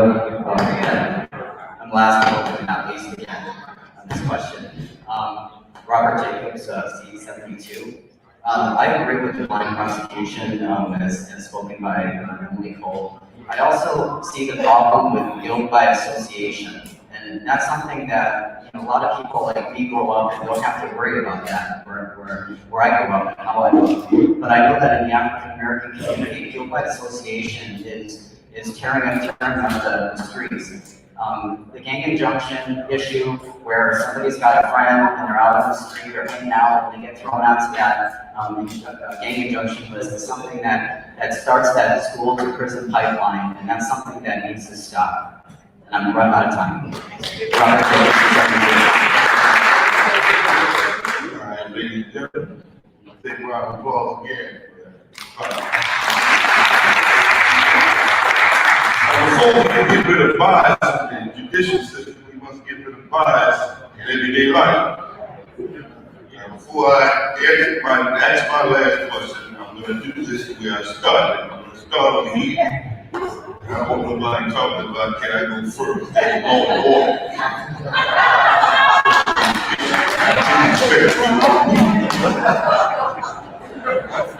So let's go to the next one. Would you support tracking when judicial sentencing overrides jury recommendations to track judicial bias in sentencing? Would you support tracking when judicial sentencing overrides jury recommendations to track judicial bias in sentencing?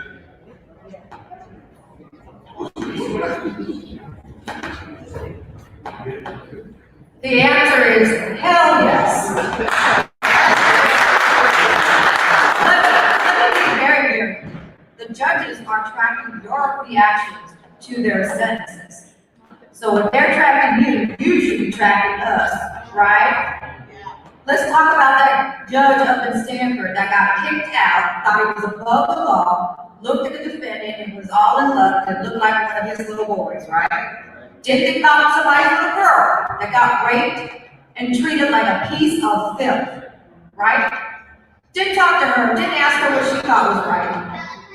You should be tracking judges on all levels. You get to elect us, it will be back here in 4 years, that's right. 6 years. And that makes the truth for the Supreme Court and the Appellate Court as well. Thank you so much.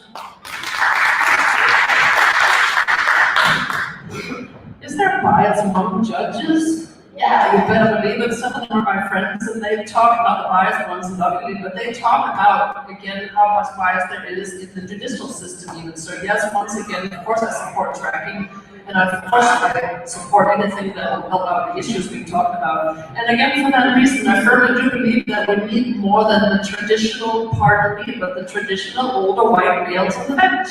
And so that's why I think you should vote for me to see 72. I'll get some reform going.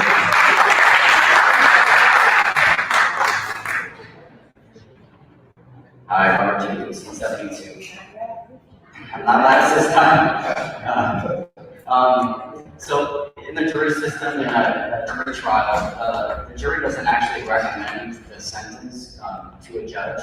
The jury decides to go for innocence, and then the judge actually is the person who decides what the sentence should be. But I do think that judges do need to be tracked for bias. I think we need to compile all kinds of statistics with issues that do relate to bias, both in the courtroom, in the jury setting, and also with the police department, with arrests and stop and frisk, and also with violent cases. I think the more that the public becomes aware of how our system is being run, the better, because we need more information, not less information. Robert Jacobs, 72.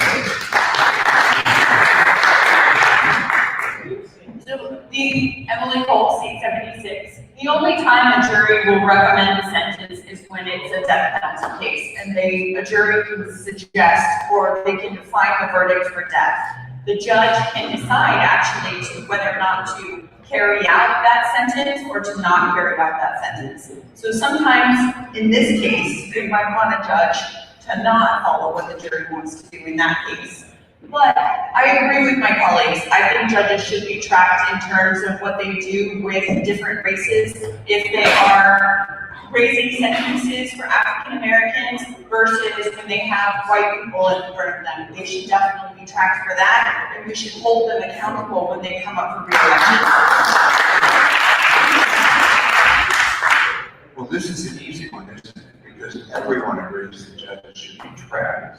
So all of us tend to support that. It's a good idea, frankly, to let the judge know how he or she is doing as compared to the other judges, because the difference amongst sentences are kind of crazy. Now, you should also know, we've been talking about criminal law, but there's a whole bunch of other laws. There's probate court, divorce court, Some of you probably civil court, it goes on and on. Dependency.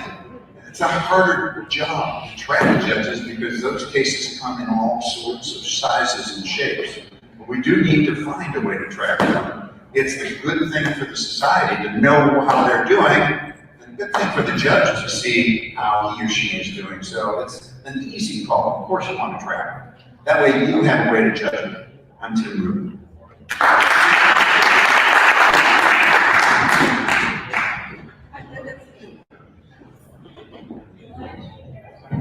I'm Linda Sun, seat 42. Absolutely, absolutely, absolutely. Kids have report cards. Employers have employees have evaluations from their employers.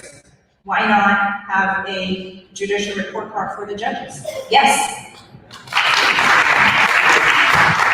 Senator Troy Slayton, seat 145. This is an easy one. Yes, I agree with everyone. Judges should be tracked.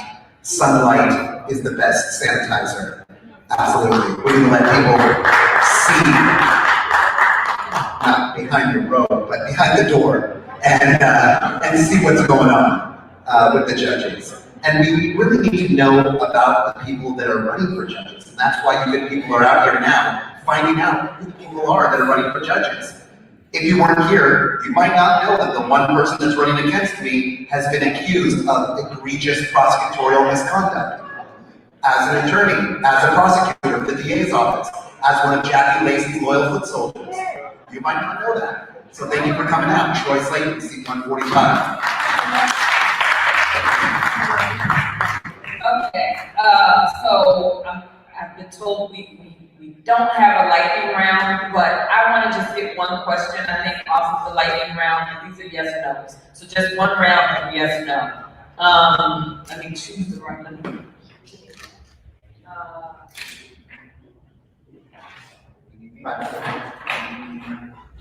Let's just go with the first one.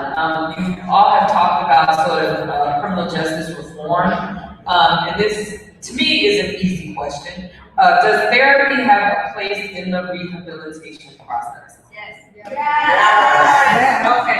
We have unanimously. That's how we're going to end this. Thanks all for coming. We haven't done that. I'm so sorry. We have literally one last person, and then we're closing the show. But I do, for all of the judge candidates, I think a lot of the responses have been very thoughtful. We appreciate you coming out. I'm glad we can make this accommodation because when we started, we had one judicial candidate, and just from moving, this is all of the candidates that we were able to find. So thank you.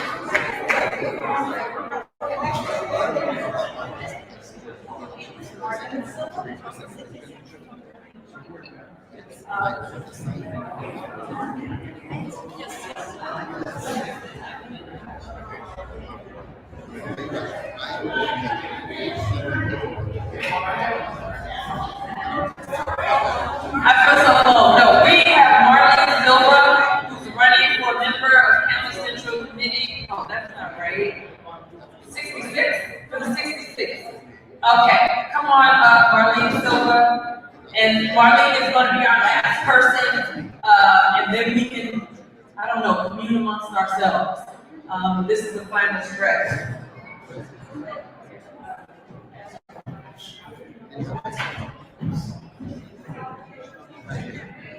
All right, we're back in business. Thank you for being here. Thank you so much. Glad you made it. One of the things I want to share in terms of how you find people to talk to when they're running for office, the registrar's office, with the exception of city council positions, sort of, the city council has, the city has a site for city council candidates, but all other candidates from presidential, Congress, House of Representatives, down to the county committee is at the LA County Registrar's office. And so that's how we were able to find candidates, and we're glad that you could be here, because that's kind of how we found you to be here. Okay. Thank you so much.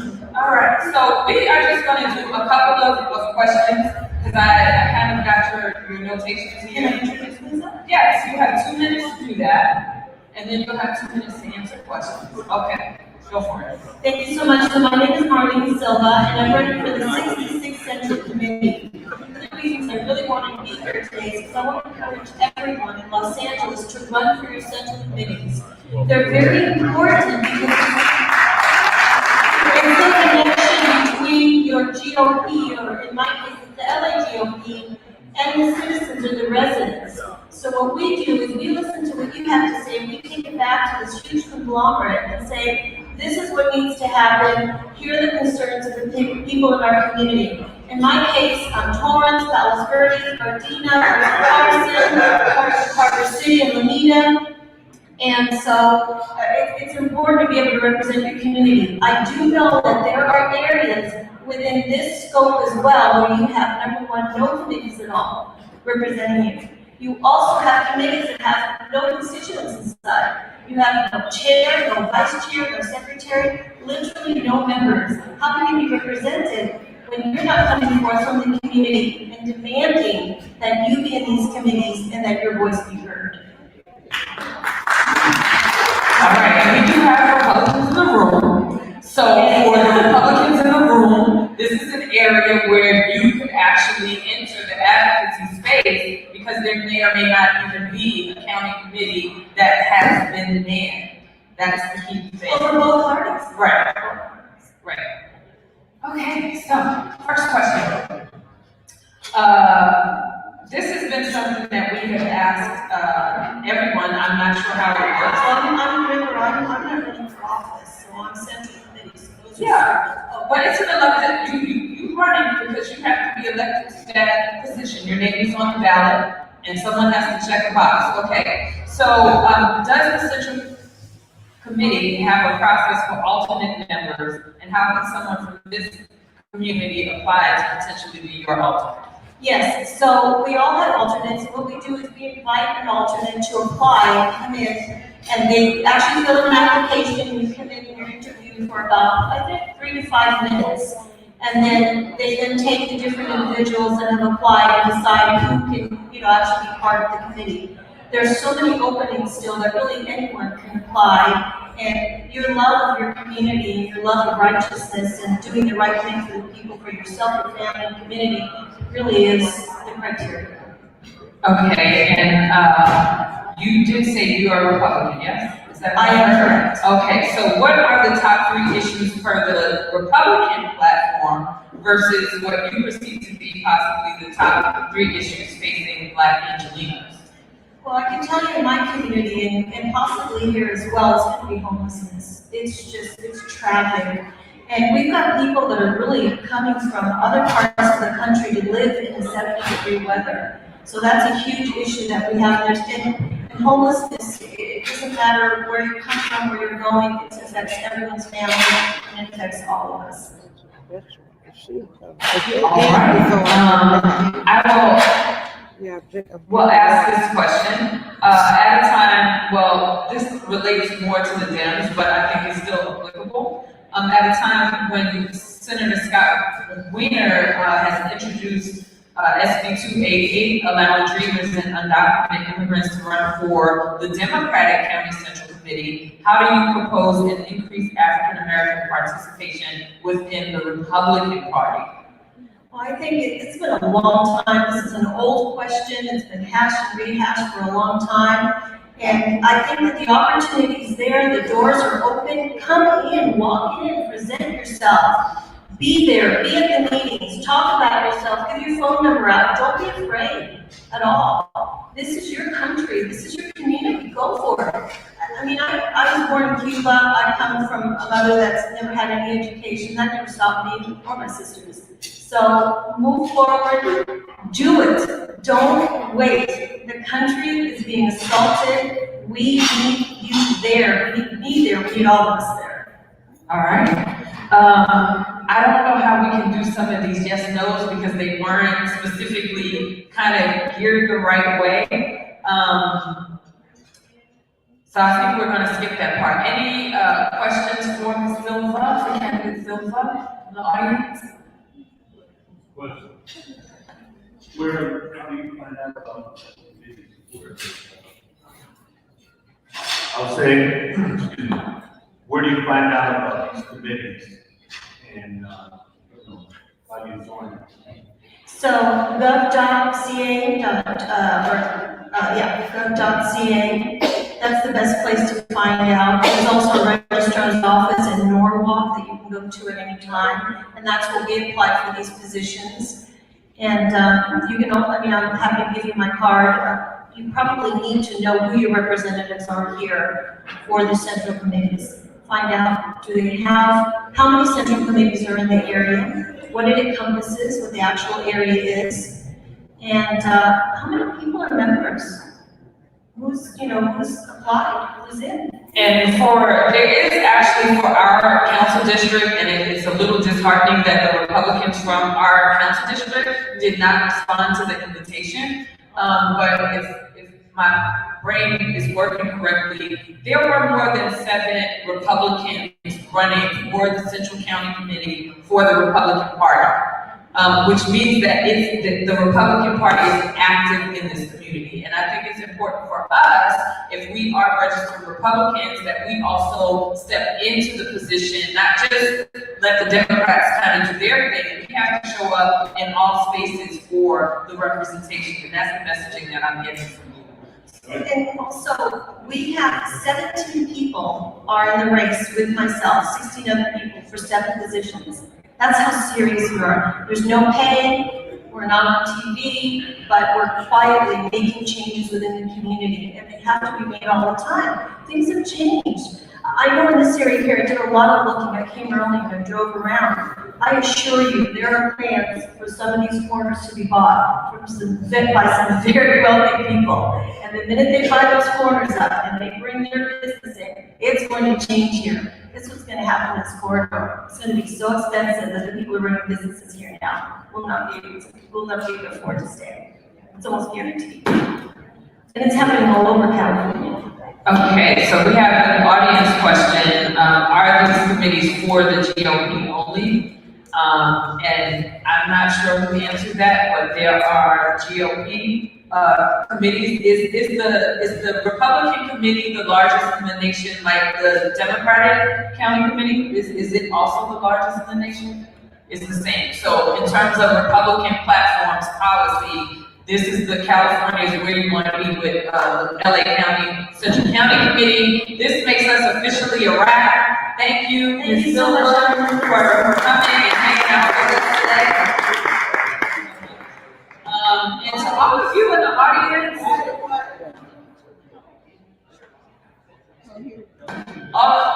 what happened?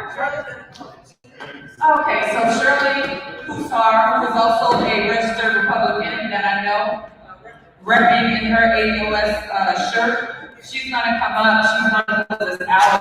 I wanna thank you all for being here and for staying the long haul. Okay. Good evening, people. Thank you so much, family, for being here. It really means a lot to all of us. For every action is a reaction. For every non-action is the aftermath. We are living the aftermath of previous administrations who have failed the Black community. What is Black mean? The African American descendants of slaves, American descendants of slaves, are what we represent when you guys see ADOS. You guys didn't know what that means. And a lot of people continue as American descendants of slavery. You know, the interesting part is that many people say Black and they think that it represents all people. Many people use the word color. Many people use the word minority. We represent the descendants of slavery.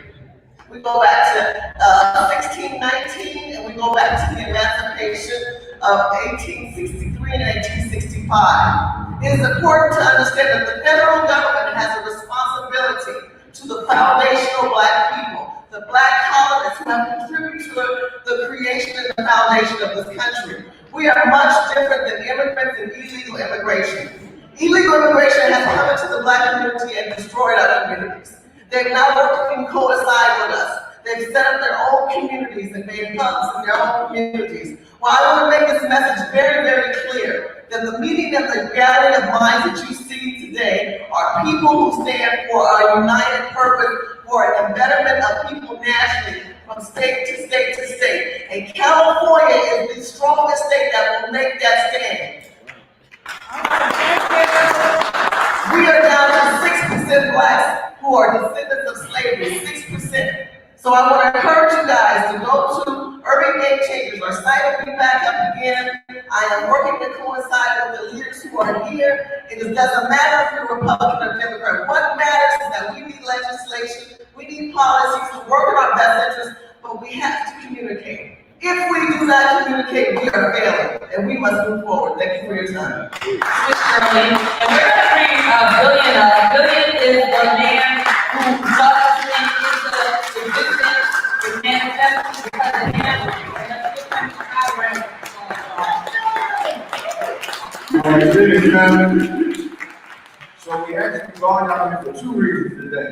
One, to be better informed about voting, who you're voting for, policies, but more importantly is about doing the work. Because a lot of times folks will come up here and tell us everything we want to hear, and the moment they get in office, they act like they don't have to listen to it. So all the organizations, I know you, so all the organizations we brought here today to put this together are doing that type of work. Again, we have AOS LA, our sister KJ, our sister Lori, our sister Tiffany. They're the ones who made all of these calls, emails, and contacted all these people. These people said, I can't come at this time, I need this time, that's it. They went through this every night and made it happen. We got AOS SoCal who was here, Black Lives Matter LA, of course, you know, they're battling against terrorism. We got HOPE, our organizational partnership for empowerment. They've been one of the main groups affecting policy. So a lot of times when we see something new that happens, it doesn't happen. Sometimes it's something the politicians make themselves, but other times it's what people in the community have been advocating for. We have, who else was here today? Oh, the Baltimore Crenshaw Tenants Union. So if you know somebody is getting put out of their home, that's a group to contact. We have the Pan-African CDC with our Queen of the Hall. She's been a strong force in the community for a very long time. And then, of course, we have our group, the African Town Coalition. We came together to combat police terrorism also. We also advocate to rename this area our African Town. As someone said earlier, we got Koreatown, Chinatown, this, that, and the other. This has been a black mecca for a long time, so we feel it's time to remove Levert. Levert ain't no black people living here. So we feel it's time to remove that name and claim what's ours. We have the Crenshaw Subway Coalition. They came and spoke earlier. They're part of the reason we have a stop right here. So again, that's another example of how people from the community coming together and lobbying and advocating for something to happen. That's why we have that. But the thing is, right now, all of us need more support.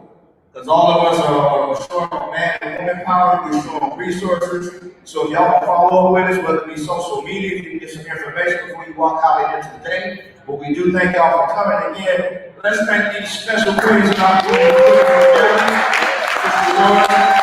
Give the show,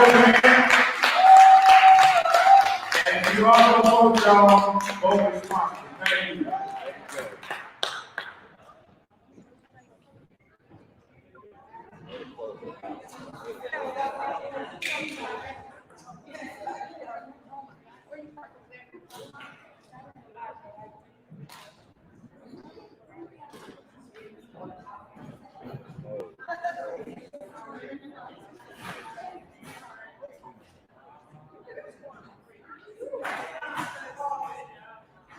So hey family, we've come to the end of today's video. I just want to thank you guys so much for your support and for your love. Please share this video and oops, sorry about that. Let's put it up on social media, on Facebook, Twitter, Instagram, and Snapchat. This is a bipartisan agenda, so I know there'll be people on both sides of the aisle that say They don't like these people. Come on, brother, can you share real quick? Right, bipartisan, no matter what side of the aisle on, you're on the black side. Right, and what do you want to say to my people real quick? I know you're wrapping down too. Yeah, we just breaking down. We want to say we just thank you for all the fellowship, all the support. We out here making a change, making a difference. It's beautiful to see black love, black support, black futures. And what should we say to our people out here? What do we need to let them know we're doing in LA? We organizing. We're organizing, mobilizing. We're trying to save Black LA, trying to help save Black LA from Crenshaw to Manchester to Inglewood, all the surrounding cities where Black people is at. That's right. I want to let people who may not know of the first 44 people that settled the Pueblo of Los Angeles, the first city. Of those 44 settlers, 26 of them were Black. So Black people have been here from the very beginning, and we're gonna stay here. That's what we need to clarify what Black is, because everybody keeps talking about people of color. American descendants of slavery, foundational Black people whose blood, sweat, and tears built this place, and who are gonna benefit from this place. For y'all that don't know, Biddy Mason is one of the founders of Los Angeles. And another thing, for y'all that don't know, Beverly Hills was founded after a Black woman. Her name was what was her name? Beverly, what was her name? I forgot. Beverly, can't remember her last name, but go look it up. The history of Beverly Hills. The Black history of Beverly Hills. My name is Dino Kepera. Facebook, Dino Kepera, Facebook. Kepera, Kehperra. Hey everyone, and part of the coalition. Dino. ADOS Los Angeles, representing ADOS. Find us on Twitter and Facebook. Yo, my name is Colleen. I'm part of the Black Panther Party, the Self-Defense Party of the African Town Coalition. You reach me on my Facebook called Simba X the Warrior. We will continue to be out here in California. We're not going nowhere. We will fight for the Black population in California that's left. One side. Come up. B, come take a picture.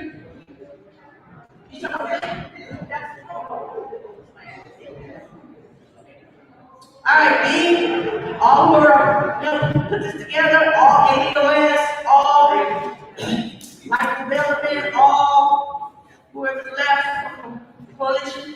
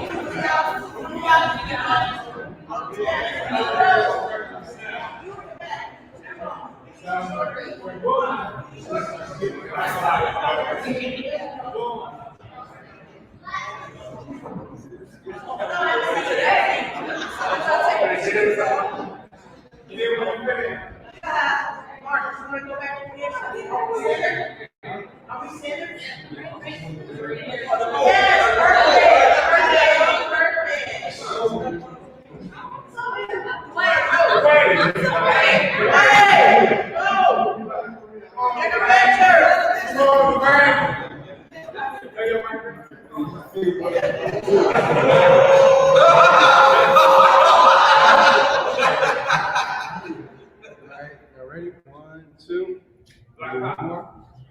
Hey, let's say that out loud.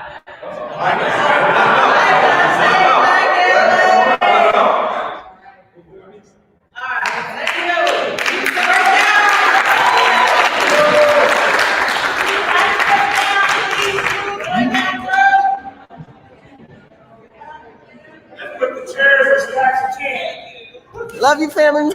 Talk to you later on tonight. Good night. Thank you for watching. Please share on Facebook, Twitter, Instagram, and just continue to understand that there are people in the community who have a voice at the table, and we are building the numbers. Yes, there's people with money, there's people who have larger platforms, but we are building an army of people in the community to understand the needs and the wants of what the people want and not what the agenda continues to want to push.